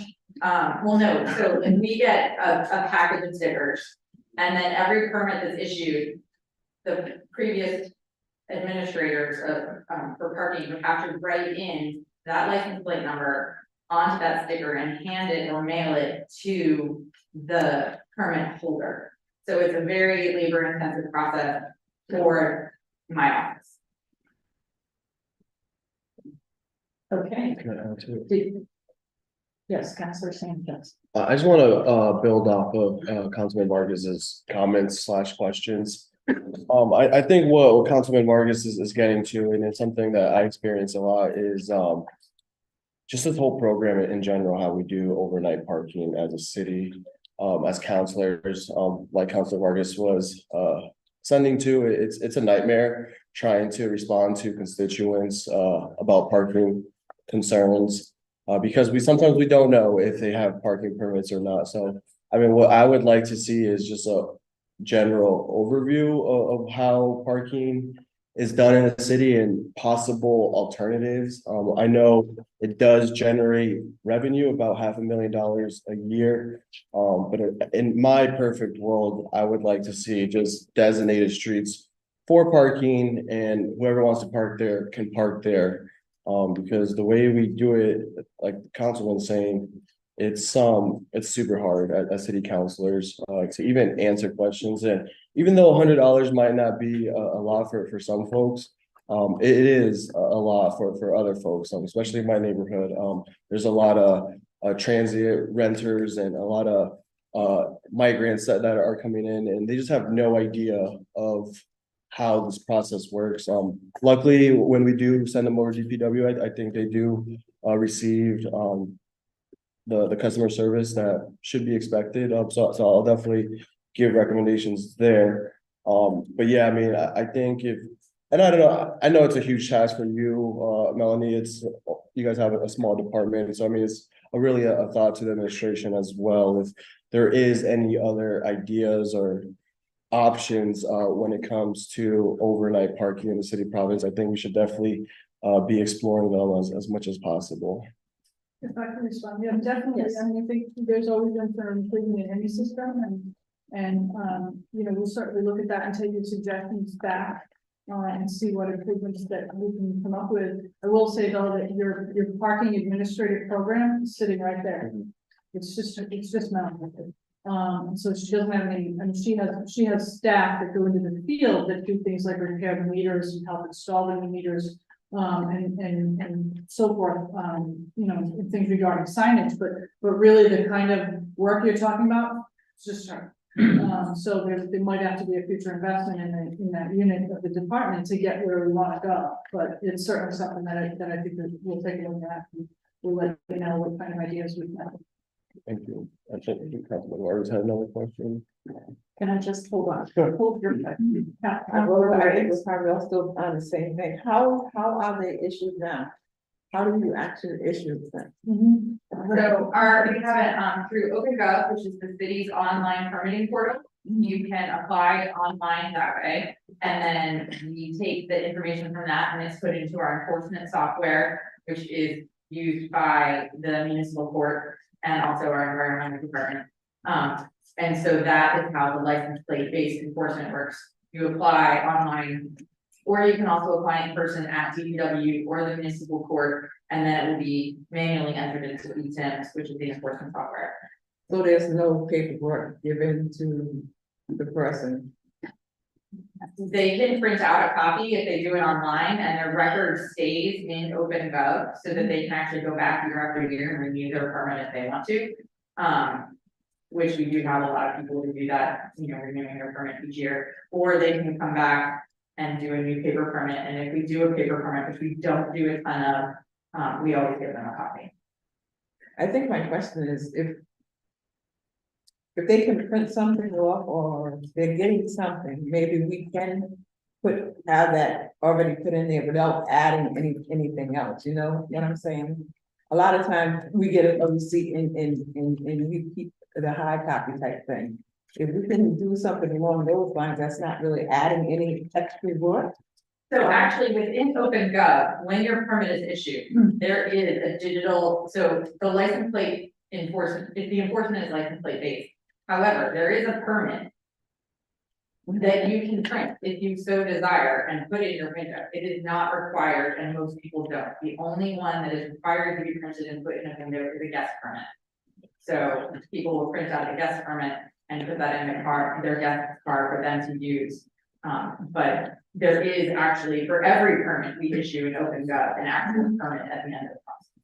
So maybe, It's not just the number. maybe we should just request that anybody that wants to use this, it must be shown in their window. And that way, It's certainly something we can look at. It's an 8.5 by 11 sheet of paper, so that's a big thing to put in the window, but it's certainly something we can look at. okay, thanks. Okay. Yes, Councilor Burgess. Thank you. It's something that we can start working on it, on this particular, the question to you is the person who goes out at nighttime, the overnight parking employee. Does she have a computer where she read the plate or is, because I know it's not a cop, it's a civilian. It's a parking enforcement. It's a parking enforcement with a flashlight and a patch. And she. They have handheld computers. So that they have- all of the information. So they have to put it in and then the computer will tell her, oh, this person has a, Exactly. has a permit. Yep. And I They know, type in the license plate number and then the handheld, and that's how it works during the day as well with all of the parking enforcement officers. They type in the license plate, it pops up, says permit yes, permit no. And that's how it goes. Yes, is the city allows out of state plates to buy permits? Yes. under what circumstance?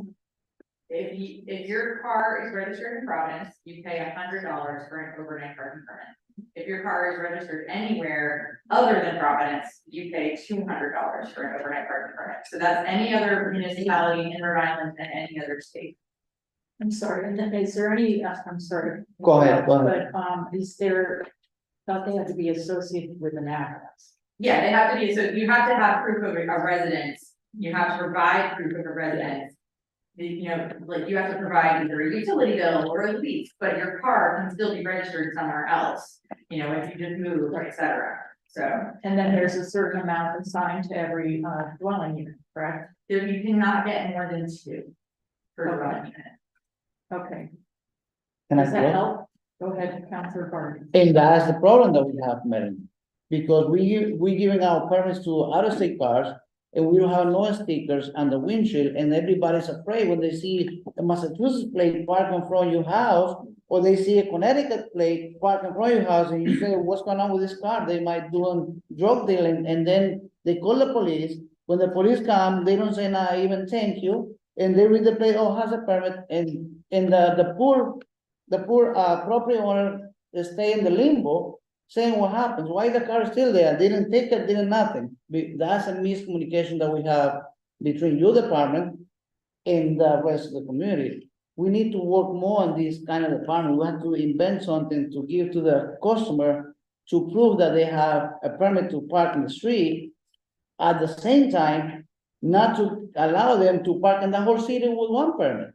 Because they say they pull out a permit to park in front of $150, at least the car has to be $150, not a $160, taking away the parking spot for the poor lady that she's 80 years old.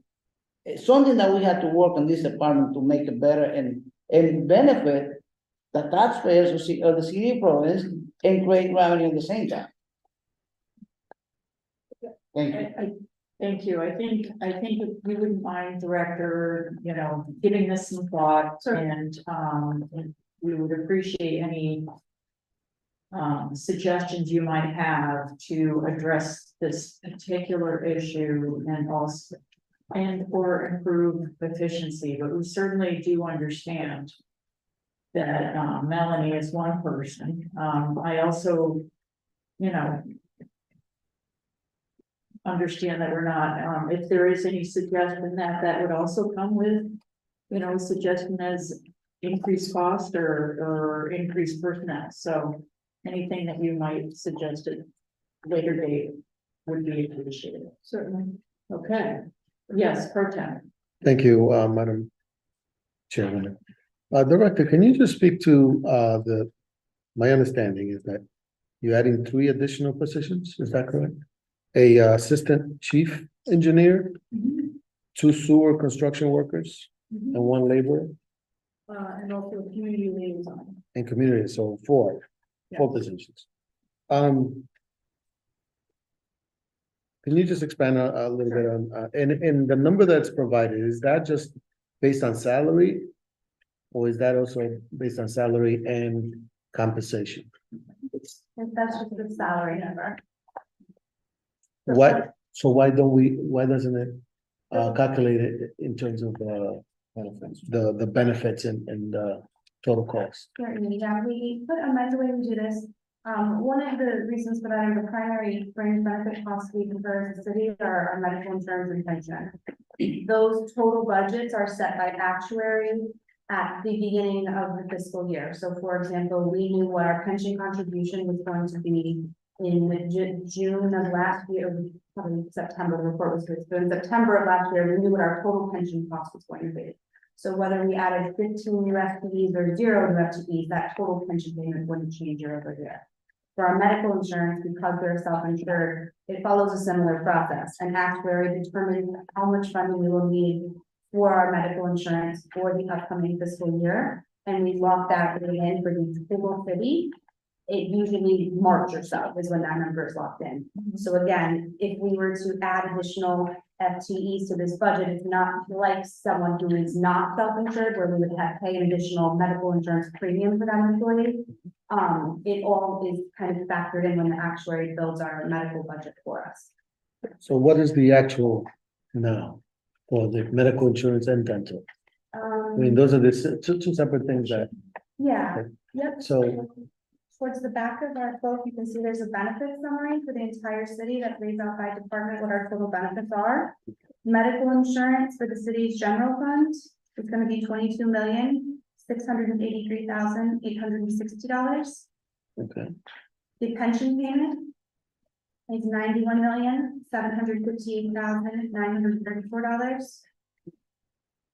And dental is a little different to your point. We could be adding the cost of the dental in because we are not self-insured for that. right. That is one of the things the new software is actually doing for us, is giving us physician level costs. So we will be able to do that in future years. But dental, the total this year is going to be $1,396,568. So, all right, so essentially, that these numbers just pretty much on salary. It's pretty, and But, it's, so it doesn't get charged off from a department, DPW or other departments, it's no, just, it does. It gets charged off throughout the year through payroll. So right, it does get charged to the department throughout the year, but again, because we're adding, for example, another chief assistant engineer. The allocation of how that gets distributed may change, but the total medical budget, we will still be paying that $22 million number. okay. And Director, if you could just expand a little bit on why now do we need an assistant chief Certainly. engineer? So the engineering division, as I said in my opening remarks, they are so critical to so many parts of city services that DPW provides. If you think about all the construction that happens, they're involved in all of it. The permitting, the overseeing of construction, holding contractors accountable who like to do work without permits, which is an unfortunate reality. The sidewalk projects and certainly stormwater, which is becoming far more prevalent in their day-to-day work. What we've learned and what I've learned from someone with a lot more experience in the news, Craig Hoffman, is that the junior, what I would call the more junior positions in the engineering division, are impossible to retain anyone in. Generally younger individuals come into those positions, they kind of cut their teeth with us, and then they move on because they can do better, make more, and work in a different kind of culture in the private sector generally, or even with the state than they can with the city DPW. So this is part of an initiative to be able to retain talent, to attract talent, by having a little more of an elevated position that recognizes the education they have to go through to do that kind of work. And also just to provide the division with a kind of a higher level of service and the continuity that comes with someone who's going to stay with us for And so that's the goal with the engineering position. I can talk about the other positions if you want me to as well.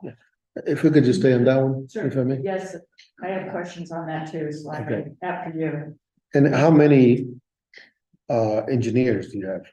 So right now, in terms of this position, we have one other person with this job title. What's the total number of engineers in your division? 5 total degree engineers. Thank you. Thanks, thank you. Are you moving on from this one? Because I have some. Yeah, moving on, but All right, if you don't mind, if I might interrupt, so I'm just gonna say this has been certainly a topic of conversation for as long as I've been a councilwoman. I can't say enough wonderful things about Craig Hoffman and the work he does, and I always am very, very focused on whether he has the staff that he needs, because nothing happens in the city without this. About Craig and his team doing the job, and I was very distressed to hear this year that for some reason the planning department stole one of the engineers from DPW. I don't understand. I feel like we should pass an ordinance that was stealing. Support stealing. Yes, I know, part. Well, stealing is, it might be a little, Well, I'm not, and I'm just gonna say that. same team, right? My question is it enough to attract and retain the talent at 80,554? I think it's a step in the right direction. Certainly we want, it's a large department with many needs. And so we're trying to address, our desire to build the bench in engineering and to elevate the professionalism, not the unprofessional, but what I mean. To elevate those positions in that division in recognition of the important work they do. I'd love to sit here and ask for 5 more engineers, but recognize that fiscal constraints mean that we have to make hard decisions. And so right now we're asking for another assistant engineer. And I think that's a good step in the right direction. It's probably not the last you're gonna hear from us, on engineering and asks for engineering, but this year, that's the step that we'd like to take. Well, it seems to me that we have this conversation every single year about the engineer, meaning that we're still not properly staffed. And we aren't offering enough money, and it seems like we have this year after year after year. So I can't wait for the time that you come in and that we have a fully staffed engineering department, because it's of utmost importance. So I hope this has been thoughtfully, put together, and that you're gonna report to me next year that you don't need, that your staff has stayed, and you are building your bench. Madam Chair, if I may also add, this assistant chief engineer position is one that is on a salary range. So the grade for this position is an A18 to an A21. As a matter of practice, when we are funding new positions, we assume that someone will start at the first step of the new grade unless we know the incumbent is coming in. So the potential salary for this position ranges from 8554 to 101926, which does give our wonderful city engineer some flexibility in hiring and recruiting if he does find talent that he needs to exceed that amount that's listed below. So we just look at as a little comfort for you. Thank you. It does.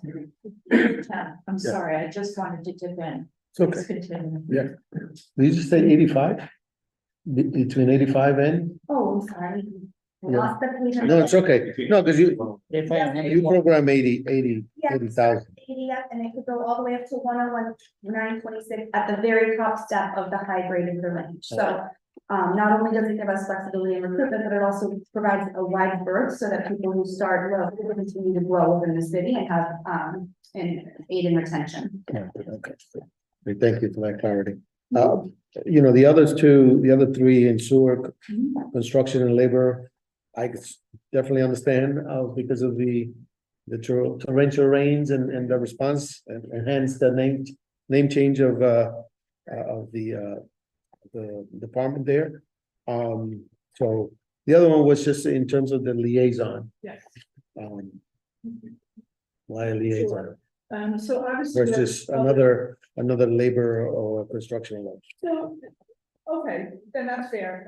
We have recently hired though a number of laborers, so we are very fortunate that we have a lot of boots on the ground. DPW right now, so that's, you know, if you thought that this was a trade-off for that, it's not.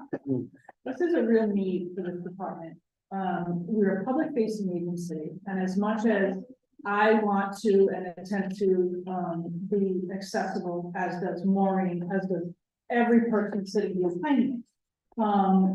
We also have a job. and so I would like to increase the transparency of this department, increase the outreach to the community, with a community liaison, someone who can attend your board meetings. We can't attend all of them. There's 15 of you. And so, you know, I tried in the beginning to really get to all of it, and it's really hard. And after working all day, or being in the sewer all day, or driving a truck all day, it can get difficult. That said, it's not my anticipation that this position would replace any of us, but would augment us, would be part of the team to do outreach to the community, to be the face of DPW for the community when they have questions, when they have concerns, when they're not sure who to ask, or what, you know, is going on in their neighborhood, or things like that, to just an extra hand, and especially with the hours that might be needed. You know, your work meetings are at night, community activities very often on the weekend. I attend them, as do the people behind me, but just someone else who that's their dedicated job, is to be in tune with the community, and to be in touch with what the concerns of the community are, because that's our bread and butter, is what the concerns of the community.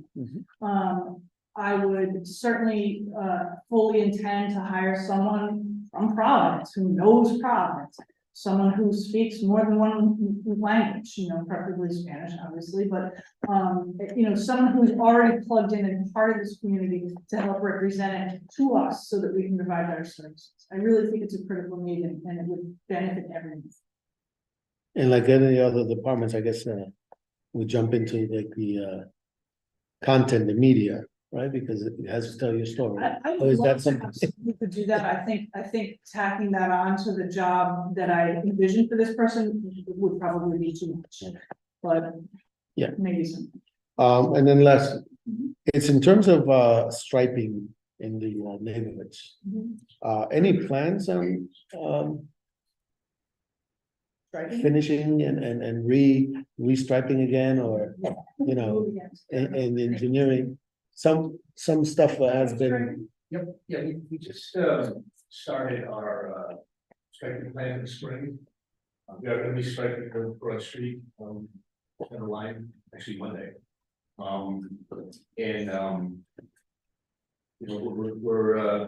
well, we put together a plan, you know, to get certain amount of money, and a lot of it restricts this is, you know, planned projects. So the utility company is gonna be in the state, and we really can't stripe that neighborhood. So we gotta look at that. We look at the requests we have, and kind of that was field reviews, so we go out and put together a plan and match the available. I mean, so we have two companies right now. And we just recently gave them their list that they should be finished before the end of June. And then typically after the fiscal year, we'll put together another plan for fall. It's right. So I've noticed as I drive through the neighborhood, while you develop your plan, it may include or not, but there's some striping areas that have faded out and so forth.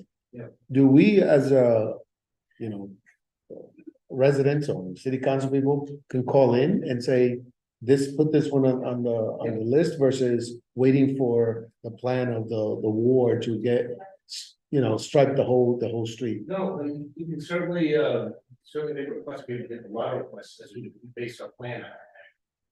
And you know, we look at what was done previously. We do get reviews of areas where there's no utility work. It really limits the areas we can go into. These really not much spread the road. And they do one thing, cut it up. You know, you only have to trench it, but then a year later. Right.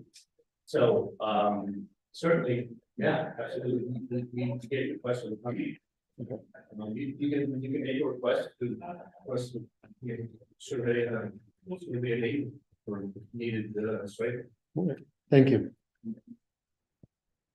I'm gonna ask some questions if that's all right. I have a couple of things I'd just like to ask. Add, just found it late. Oh, sorry. That was very nice. That's very nice. Anyway. Oh, yeah. Sewer, may I just talk sewer for a minute? It's a neglected department, I'm gonna say, and I just wanna make sure, I've had an experience in my ward, which I've spoken about before. And I thought the response to a sewer break was unbelievable. I was very impressed.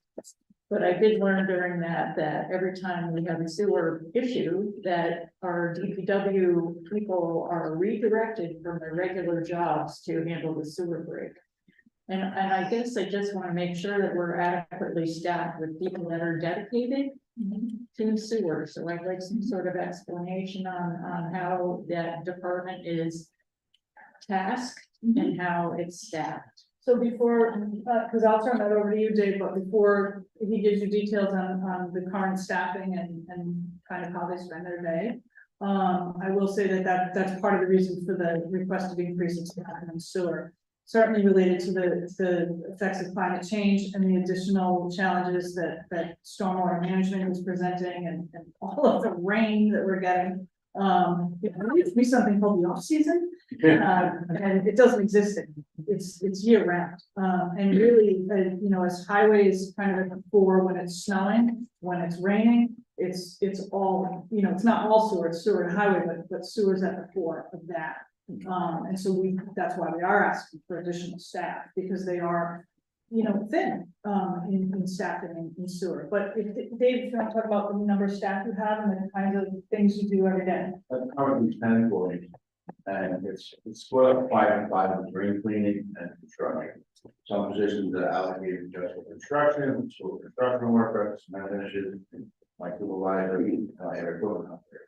So if we have a problem with sewer, the drain crew will go first. We check the line, see if it's surcharged, try to flush, see if they drop the line. If not, when we have a problem, or we get stuck with our hose, we do have a camera we can put in that's adequate to see if we have some type of break. The next thing we do is we dig safety areas and make sure that we can do the work. If it's 3 deep, what we have, about engineering, we have a program that they have contractors coming to do some of the work. So my construction group would do that. We did a couple on the east side, excavation, which was nice, because if the more we do it, the better we get at it. So those positions, as the director said, will help, because if I have a person out, I lose coverage.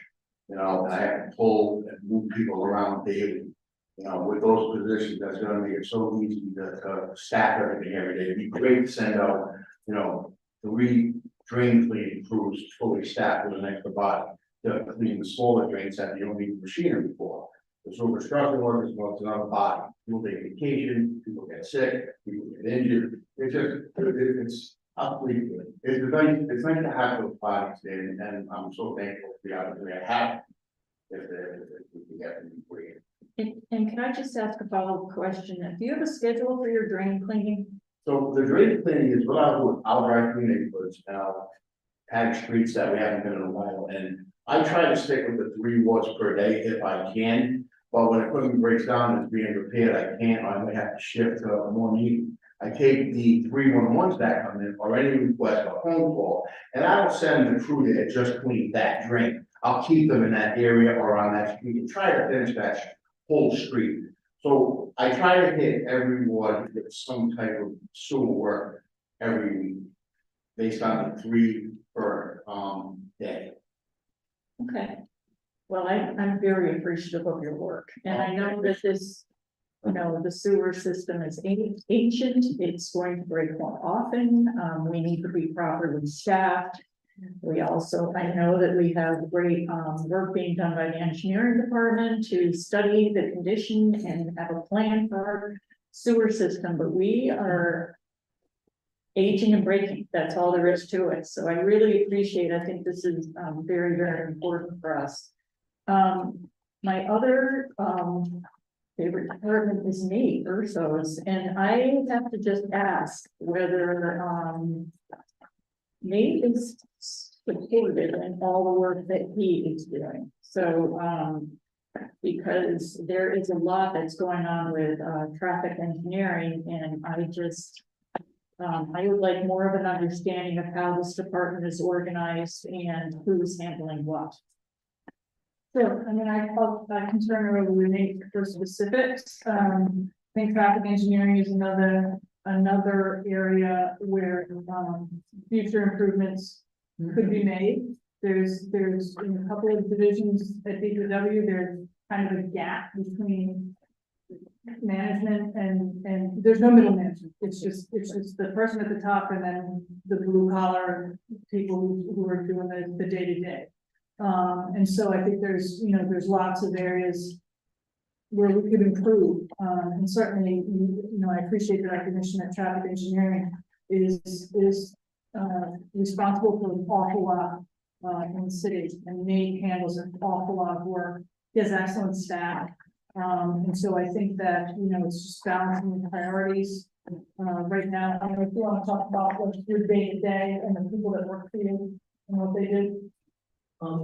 So the staffing in DPW is, I manage the department. There are, we basically do, what we do for the three areas. One is, maintenance of traffic signs, striping, and then traffic signal. The other is permitting, is really a lot of our time. Anybody occupies public street or sidewalk, we take out the bus. And, there's a lot to that, to track that and everything. And the third thing is engineering, traffic calming, getting involved in all the different projects in the city, other taxation projects. So that's one of the three areas, we have traffic sign maintenance crew that makes signs and installs them. We have one person that maintains the signals in the city, an electrician. Then we also have a couple of traffic management, so we collecting data. To do traffic studies that could lead us to traffic improvements, so we'll be able to support making sign orders for the sign group. So that's basically what we do in the name of. So my follow-up question, if I may, is, so do you have to direct all that work and then the people underneath you actually do it, or I'm just. Yeah, I mean, I'm involved. Basically all of it, but there's a couple of them. The single component is an experienced electrician that I rely a lot on maintaining the traffic signal. There's also a traffic sign foreman.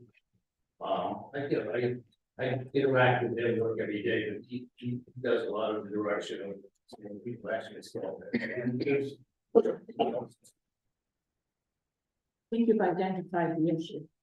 No middle management. I mean, I just, Nate is always responsive, and I'm so thankful. But I just, at some point would like to hear, that maybe he's supported more.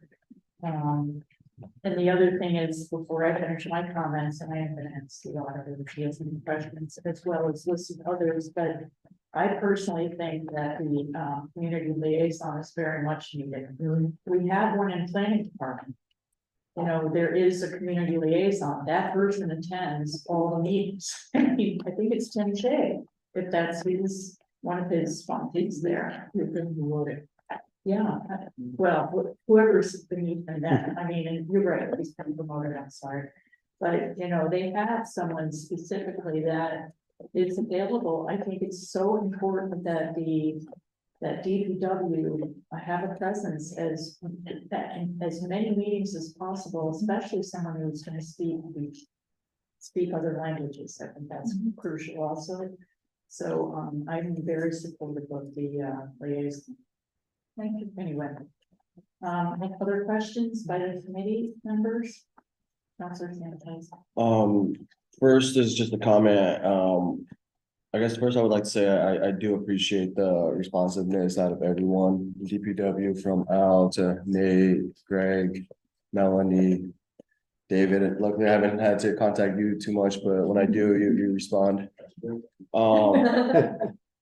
But my biggest thing, that I have a challenge with, and it makes sense that we're talking about the org, breakdown of the engineering departments is just the capacity.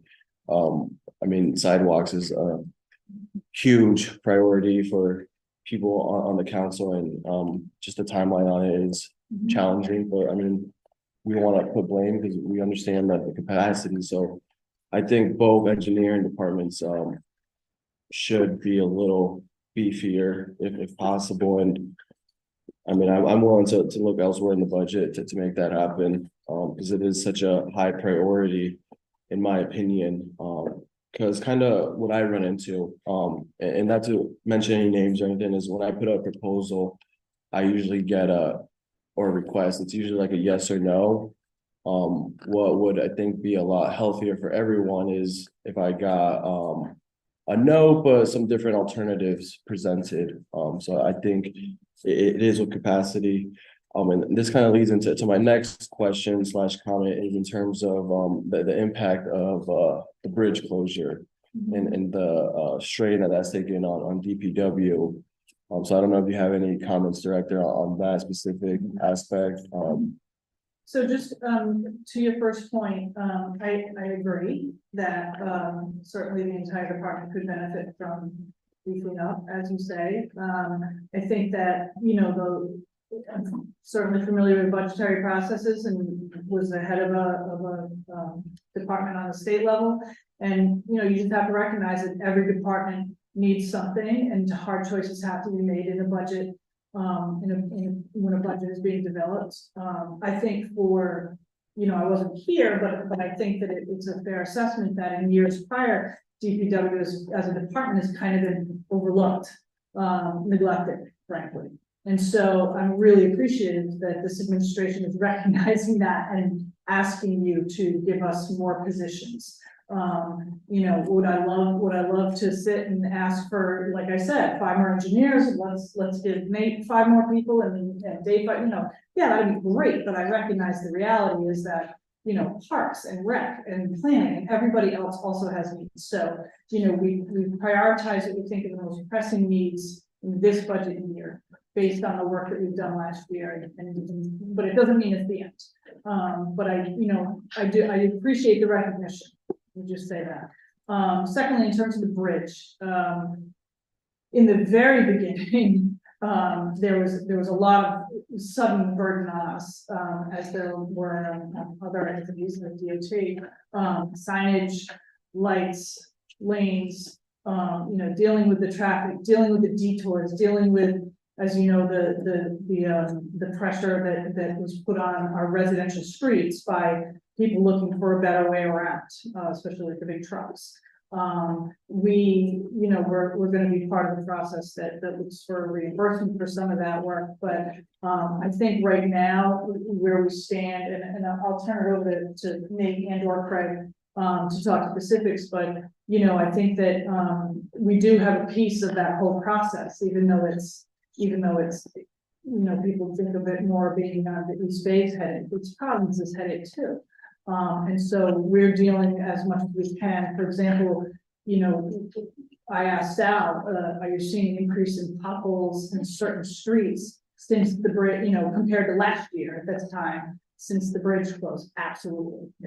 Because it's really putting a lot of wear and tear on the roads. And so there's definitely going to be an increase in demand for DPW services related to the bridge closure. But if you guys have anything more specific you want to talk about? Yeah, you know, when permit requests come into install utility, fixed utility, we're taking all this into account.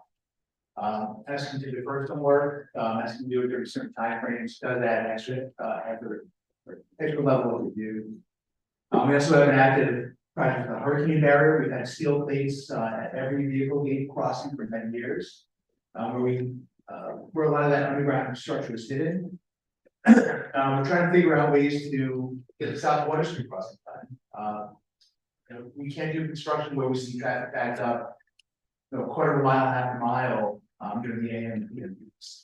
So yeah, it is impacting us. We're working through that actively now, so we can have a successful project. I guess every day something comes up pertaining to bridge people.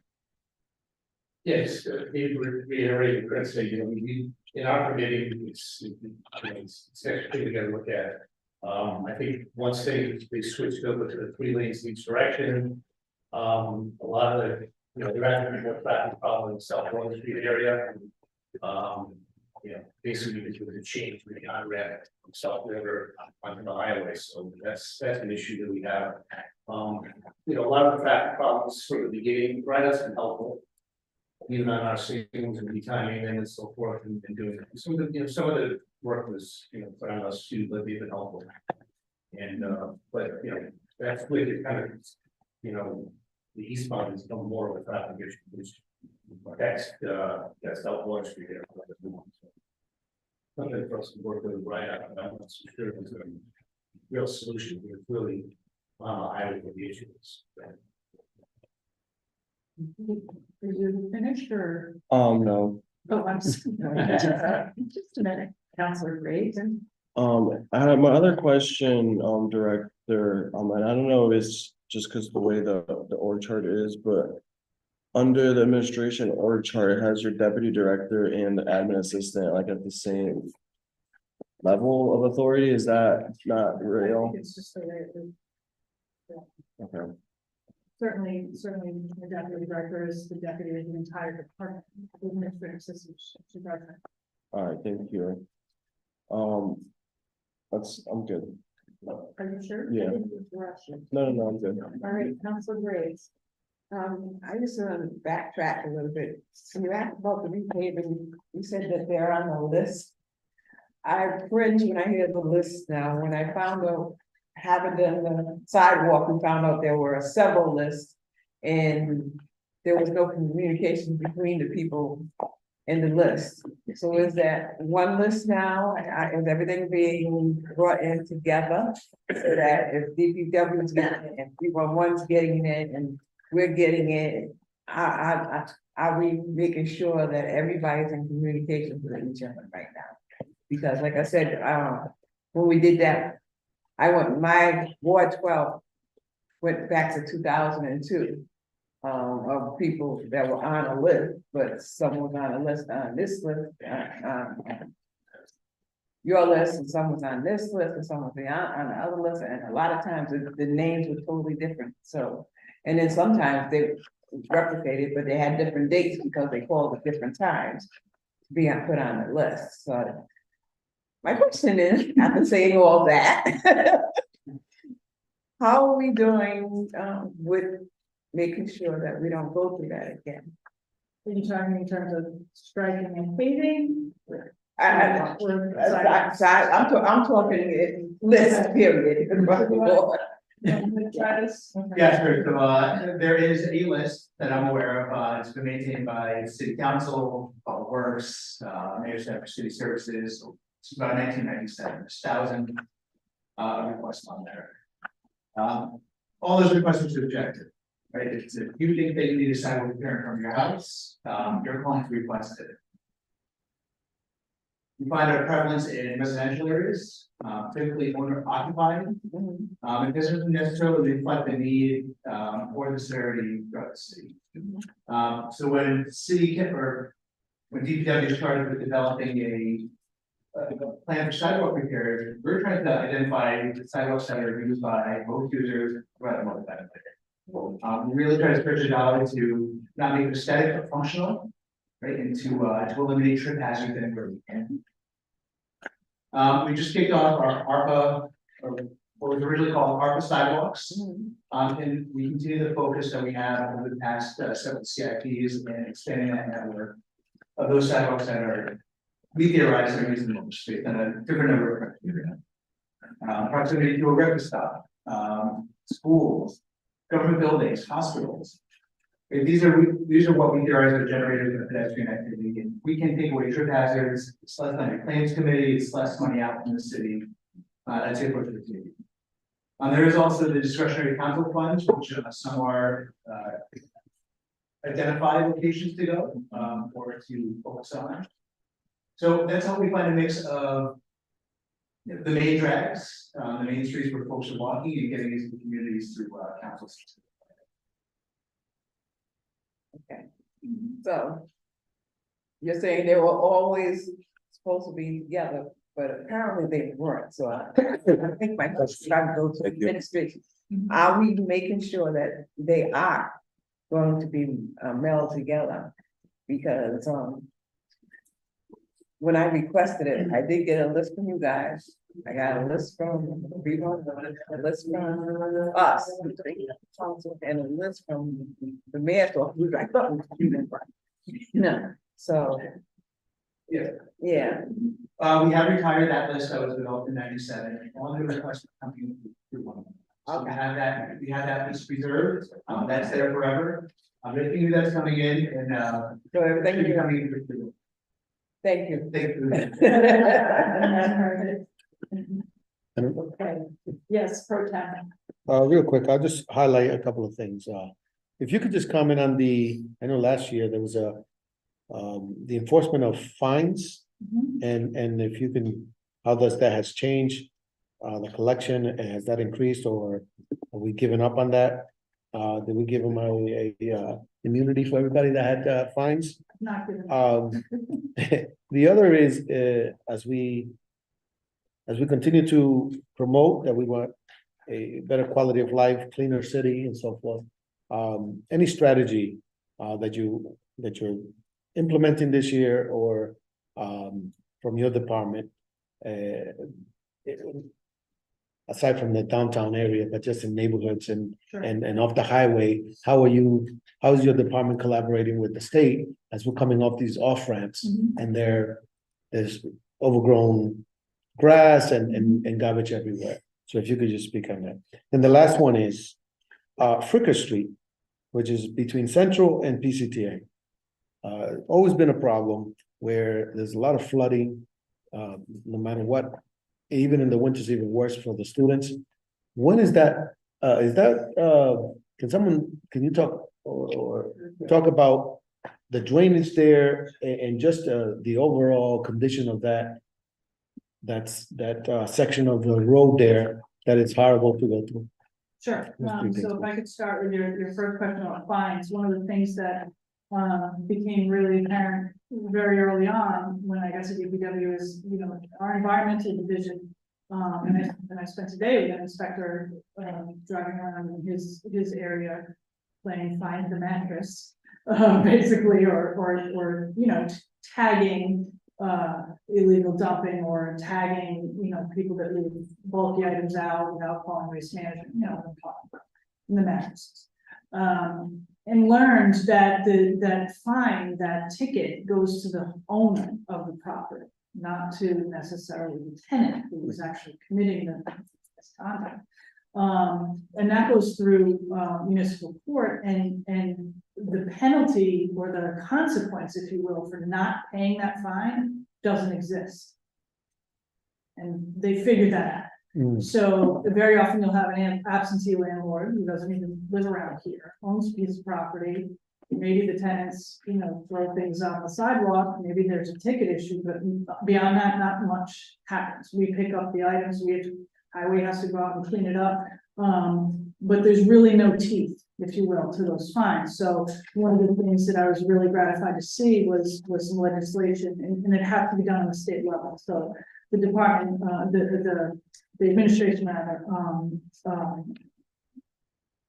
forwarded legislation through the state general assembly that would allow unpaid environmental fines of that nature to be tacked on to the property owner's tax bill at the end of the year, as are other kinds of fines. I went to a hearing. There were a lot of questions. There was some opposition to our suggested legislation. I have a feeling it's going to need some retooling before it's ultimately successful, but it's not something that you asked over giving up, and my answer is no.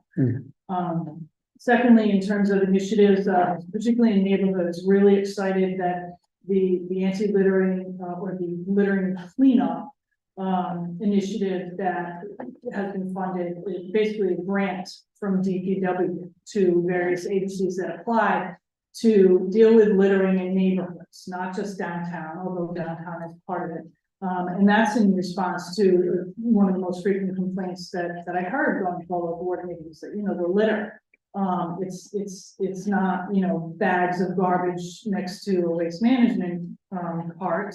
It's litter and it's like insidious, and it's really hard to deal with. And so very excited that we've entered into these, grants with a number of neighborhood agencies who are, doing that work. And so that's something that I'd love to see continued. And along with that, I've been working with June on reaching out to all of you about your ideas in terms of dumping, an anti-dumping strategy. We received a credit from Waste Management because we extended the contract for 1 more year, thank you.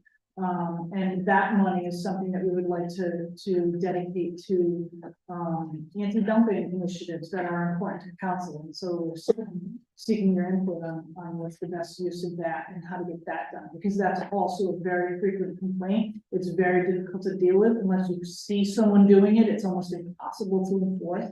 And so we really want to come up with a way to get rid of Sal in his sleep, I'm sure, could rattle off the dumping sites that his people visit every single week. And it's a never ending source of material for them to clean up. And so we want to really try to get our hands on that. And one last thing on that is collaborating with Parks and Property and DIS starting this Saturday. We are participating in a project being led by Property to deal with graffiti. And so it's gonna, as a one-time only, will help deal with graffiti on private property. And we've developed a whole system to try to address that using the 311 complaints. As you know, normally we don't deal with private property, but it's a frequent complaint. I don't blame people when their businesses or their homes or the wall in front of their house gets graffiti. And so we're gonna be doing kind of a sweep in the city starting this Saturday, and then the following Saturday, we kind of try to remedy that, and also give residents information on how they can deal with it on a go-forward basis, because obviously we don't have the capacity to do that on a regular basis. But I'm really excited about the collaboration among departments to deal with that issue. In terms of the flooding on, you said Fricker Street? Between Central and PCTA. That's Fricker Street, I'm gonna say we're from Fricker, Broad, Dollar General, Cross Street, Fricker, whether that little store is going in, or the whole Fricker Street. In front of Burger King, between PCTA. We have two small structures there that are shallow, that have between more frequent than others, but then I need to hold water. And throughout the course of the winter, we'll get a call, we'll go there, we'll clear the flood, we'll clean it up, we'll flush it. That's on our list, as fast as the regulars, like you said, but that's one of the things. I'm going there tomorrow to sit the public school department with the smell in one of the drains on Fricker Street. And I went by there today, and I noticed that it was flooded, but now they're doing some construction. They have bypass pipe blocking the box through there. That's what we call that little square drain, rectangle shape on the sidewalk, is blocking. And that's the one that needs to be flooded that we have to address. If you, I'm pretty sweet, so once they're right on the school, there's a little catch basin, that's the one that always gives me a headache. So that is one of the things that we wanted to start addressing now that we're in spring. I want to clean it, take a look, see if the other place look good, but now they're blocking it with construction. I gotta find out when that construction is done, because now it's like, I can't run. If you could just keep us informed of that, because Absolutely, it's been years with that, even the road in itself, it's really a shame that a lot of the kids and all of us that travel through that every year we see that, the road is horrendous, and we gotta put that as a priority. I mean, so. Yeah, that's a set of drains, right, like the thing today too, like. The worst one, when we get 5 inches of rain, we got half an inch of flood, so, yeah, that is definitely, immediate right now, once they get those pipes out of there. Thank you. I'll be asking for them. If I hear it. Thanks. I'm gonna ask, Madam Auditor has a question, or questions. Question. So after 2 months ago, this committee asked the department to do an analysis of doing trash collection and recyclable in-house. Has it been completed yet? So there's a draft, that Deputy McManus put together, and we forwarded that to, COO Hawkins, and she's reviewing. it. So it's still in draft. Okay, how long ago was that done? How long ago was it forwarded to her? I want to say maybe in the last couple of weeks, maybe 2 or 3 weeks. Okay, thank you. Sure, and I can check on the status of. Yeah, please do. Thank you, second. That was all. Okay. Yes, Councilor Sanchez. Thank you, Chairwoman. I just don't wanna bring up the waste management contract. It's really depressing. Al, thank you for dealing with waste management on our behalf as much as possible. With that point though, I just wanted to state, that yard waste, at least in my neighborhood, has been a disaster this year. It's usually picked up 2 or 3 days later, or it's not picked up.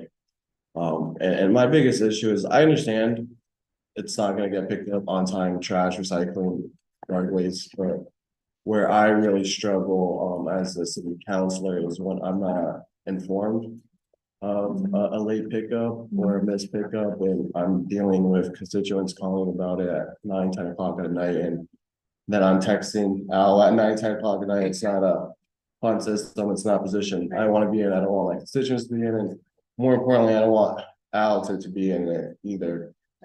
So to the point that I'm getting at is, we really need, in my opinion, either me, Vargas, a few counselors to be as involved and collaborative with whatever we're doing in terms of the next possible waste disposal contract. So, I hear and feel your frustration. I think that in terms of the example you gave on yard waste, and the reason it's a very reactionary system, right? We don't know that they're having an issue with staffing, or last week, one of their drivers became ill and couldn't finish his regular route. I mean, we don't know that until it happens. And how do we usually find out? We find out from you or another member of council or their constituents. You know, it's not like we get some sort of heads up ahead of time, you know, usually that kind of thing has happened.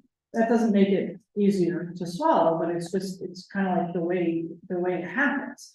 In terms of, you know, the next RFP for a trash management program, it's my understanding that there's gonna be a committee formed or a commission formed to look at that. I encourage that. I've been talking with June about soliciting ideas. What's a good way to solicit ideas from the council about what you'd like to see in a future contract? I've also been talking to, frankly, I talk to Waste Management, we meet regularly, about the possibility prior to an RFP, the possibility of council doing a ride-along with Waste Management in their own ward to see what the issues are. I mean, you know what you hear from your constituents, but to really see what it's like, what it entails. They're dealing with I want to do it too. They're dealing with their lawyers right now to find out if they're going to let us do that kind of thing. But I'm hoping to have an answer on that soon, and I would love to be able to extend an invitation. I think it would be really eye-opening, but it will also help give you ideas about that. So all of that said, something we have been doing with waste management that I don't think had really been done much in the past is holding them to that. So when they're late doing pickups, when they miss a route, when they're not picking up the yard waste, we're calling them on that. And there's a mechanism where we can fine them for that. We have fined them in the past for there was issues with Christmas trees or holiday trees. Sometimes the fine gets converted into kind of a credit, or they'll give us an extra day. I mean, but at least we're holding their feet to the fire in a way that I don't think had really been done effectively in the past. So there's a lot of moving parts with trash management, but it's something that we deal with every single day. Even though we don't tell every single day. I don't know if you want to add anything. Well, they have been historically this year behind on that waste. Reasoning, I'm not sure, they transitioned from a route manager who had taken another position in the company, so they're trading Move out and if you're, you know, as. It's like in any business or industry or anything. You know, it's this, and it's very tough to tell, you know, and for the most part, they try to keep us abreast, a lot of times I have to. You know, if I get a complaint from one of the council, then I have to follow on it. They'll let us know, yeah, we missed this, we missed that, who knows what I think of today or tomorrow. Yeah, the guy ways to, they didn't go into the status. Like, we used to, collect, not miss, but, you know, they just don't have the resources. Every day we put up 3 trucks, I think that's in the contract. And some days they put 4 trucks out there on this collection, so they do what they can. Unfortunately, that it's never enough for the residents to be enough. I should be recommending how we do that. Thank you, Al. Can you confirm if it is the number of trucks for yard waste is in the contract or and get back? And that Historically, they put on at least 3 trucks a day, and then when the pattern of the truck. If that is in the contract, how many trucks, I'm not sure. I know the recycling and trash is approximately 7 or 8 trucks a day. They make a couple of runs, when they go up to the landfill for the stuff. So, you know, they're doing it now, as far as that goes. I'll check the contract. As I sit here, I doubt that the number of trucks is specified, but I think that, you know, the city pays for service and should be able to expect that service. And I sympathize with the company, you know, having struggles recruiting people and they lost staff like everybody did during COVID and then they didn't get back. And certainly if a guy gets sick, that's something different, but the reality is the city pays a lot of money to this company to provide these services. And if the constituents are not satisfied with the services, and it sounds like on occasion they certainly shouldn't be satisfied, then it's not incumbent on us to hold them accountable for that. And so that's what we're trying to do. As we move forward to an RFP for the service all over again, these are the things we need to keep in mind. These are the things we need to make sure we build into the next RFP, performance metrics, you know, that kind of thing, so that we have more teeth to enforce what we're paying for. right, yeah, and I mean, going back to my first point, Director, like I'm truly empathetic to workers at the end of the day, like they're just trying to do their job, but if it's in the contract and they're not delivering on a service, then it is all of our responsibilities to hold them accountable on behalf of the residents in Providence. So just the last thing I want to say on this topic is, from my understanding, in our current contract, there's a mechanism to find them if they miss a pickup, right? There's no mechanism to find them if they don't tell us about that missed pickup, correct? Well, You have pretty good communication with them. Yeah. I talk to them on Sunday, pretty much every day. And they'll let me know things that are behind. And if you look at the contract, it defines a minor, as compared to, if they don't, you can stop it. They don't get a service for the day. Those fines are much more aggressive and, again, you know, if by chance they don't tell us and I hear one of you folks or one of my inspectors is out in the cold and they visit the area and then I have to call to find out. If they're not always letting us know, it's difficult for us to do in the area. So they will rely on where they okay. And then I didn't call for anything. You know, at that point, yeah, absolutely. Thank you. I appreciate your assistance to us. My last question, Chair, if it's okay. Is there anything in this budget that enhances our goals towards replacing barrels in the city? Yeah, that was a decision that I think was a difficult decision that we did receive a grant to do barrel replacement for a very small portion of the city through the EPA. And I think there are some other grants that sustainability is pursuing, which might help with more. But the reality is to replace barrels for the rest of the city was about a $9 million price tag. And like I said before, in every budget process, difficult decisions have to be made. And so that's not in this budget. Thank you. Yes, I mean, it seems like the only feasible way to get closer to that goal is to somehow ensure that it's in our next contract to a certain degree. And then I think you're right, and I think, the next RFP, there's an opportunity there to require replacement of barrels through the next contract. It's definitely an idea that we talked about. Thank you, Director. Yeah, Councilor Graves. Just bouncing back on, of that, I'm glad you brought it up. We keep bringing it up, but we're almost in June. We need to start working on this. I don't want to be in December or November where we said, oh, well, we have to take them because it's just too late, which is what happened last, Right. Right.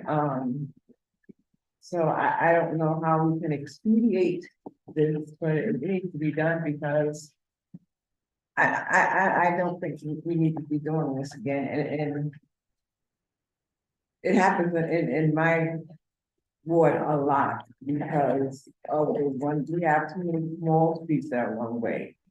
We even have a small street that is one way going in two opposite directions when you get to the corner. So I understand that, some of the streets are difficult, but for them not to go at all is ridiculous. And I really and truly do not want to see them again. I think they've had a few years of complaints in it. And I really don't want to deal with them again. Okay. All right, well, first I'd like to thank the Council President for joining us, but I think we are going to, if there are no more questions, I just want to thank all of you for your service to our city. Really, you are the backbone, and we appreciate everything you do. And I appreciate the presentation, and thank you very much. Thank you. Yeah. Thank you. And thank you, Director. So I'm gonna ask for a motion to waive. Yeah. Okay, motion to waive, I'm sorry, to continue. I'm sorry. We'll continue, and it's made by Councilor Graves, and by Councilor Sanitary, it's all in favor? All opposed? Then we have a motion to adjourn. Welcome to adjourn. Adjourn. Great, all in favor? Thank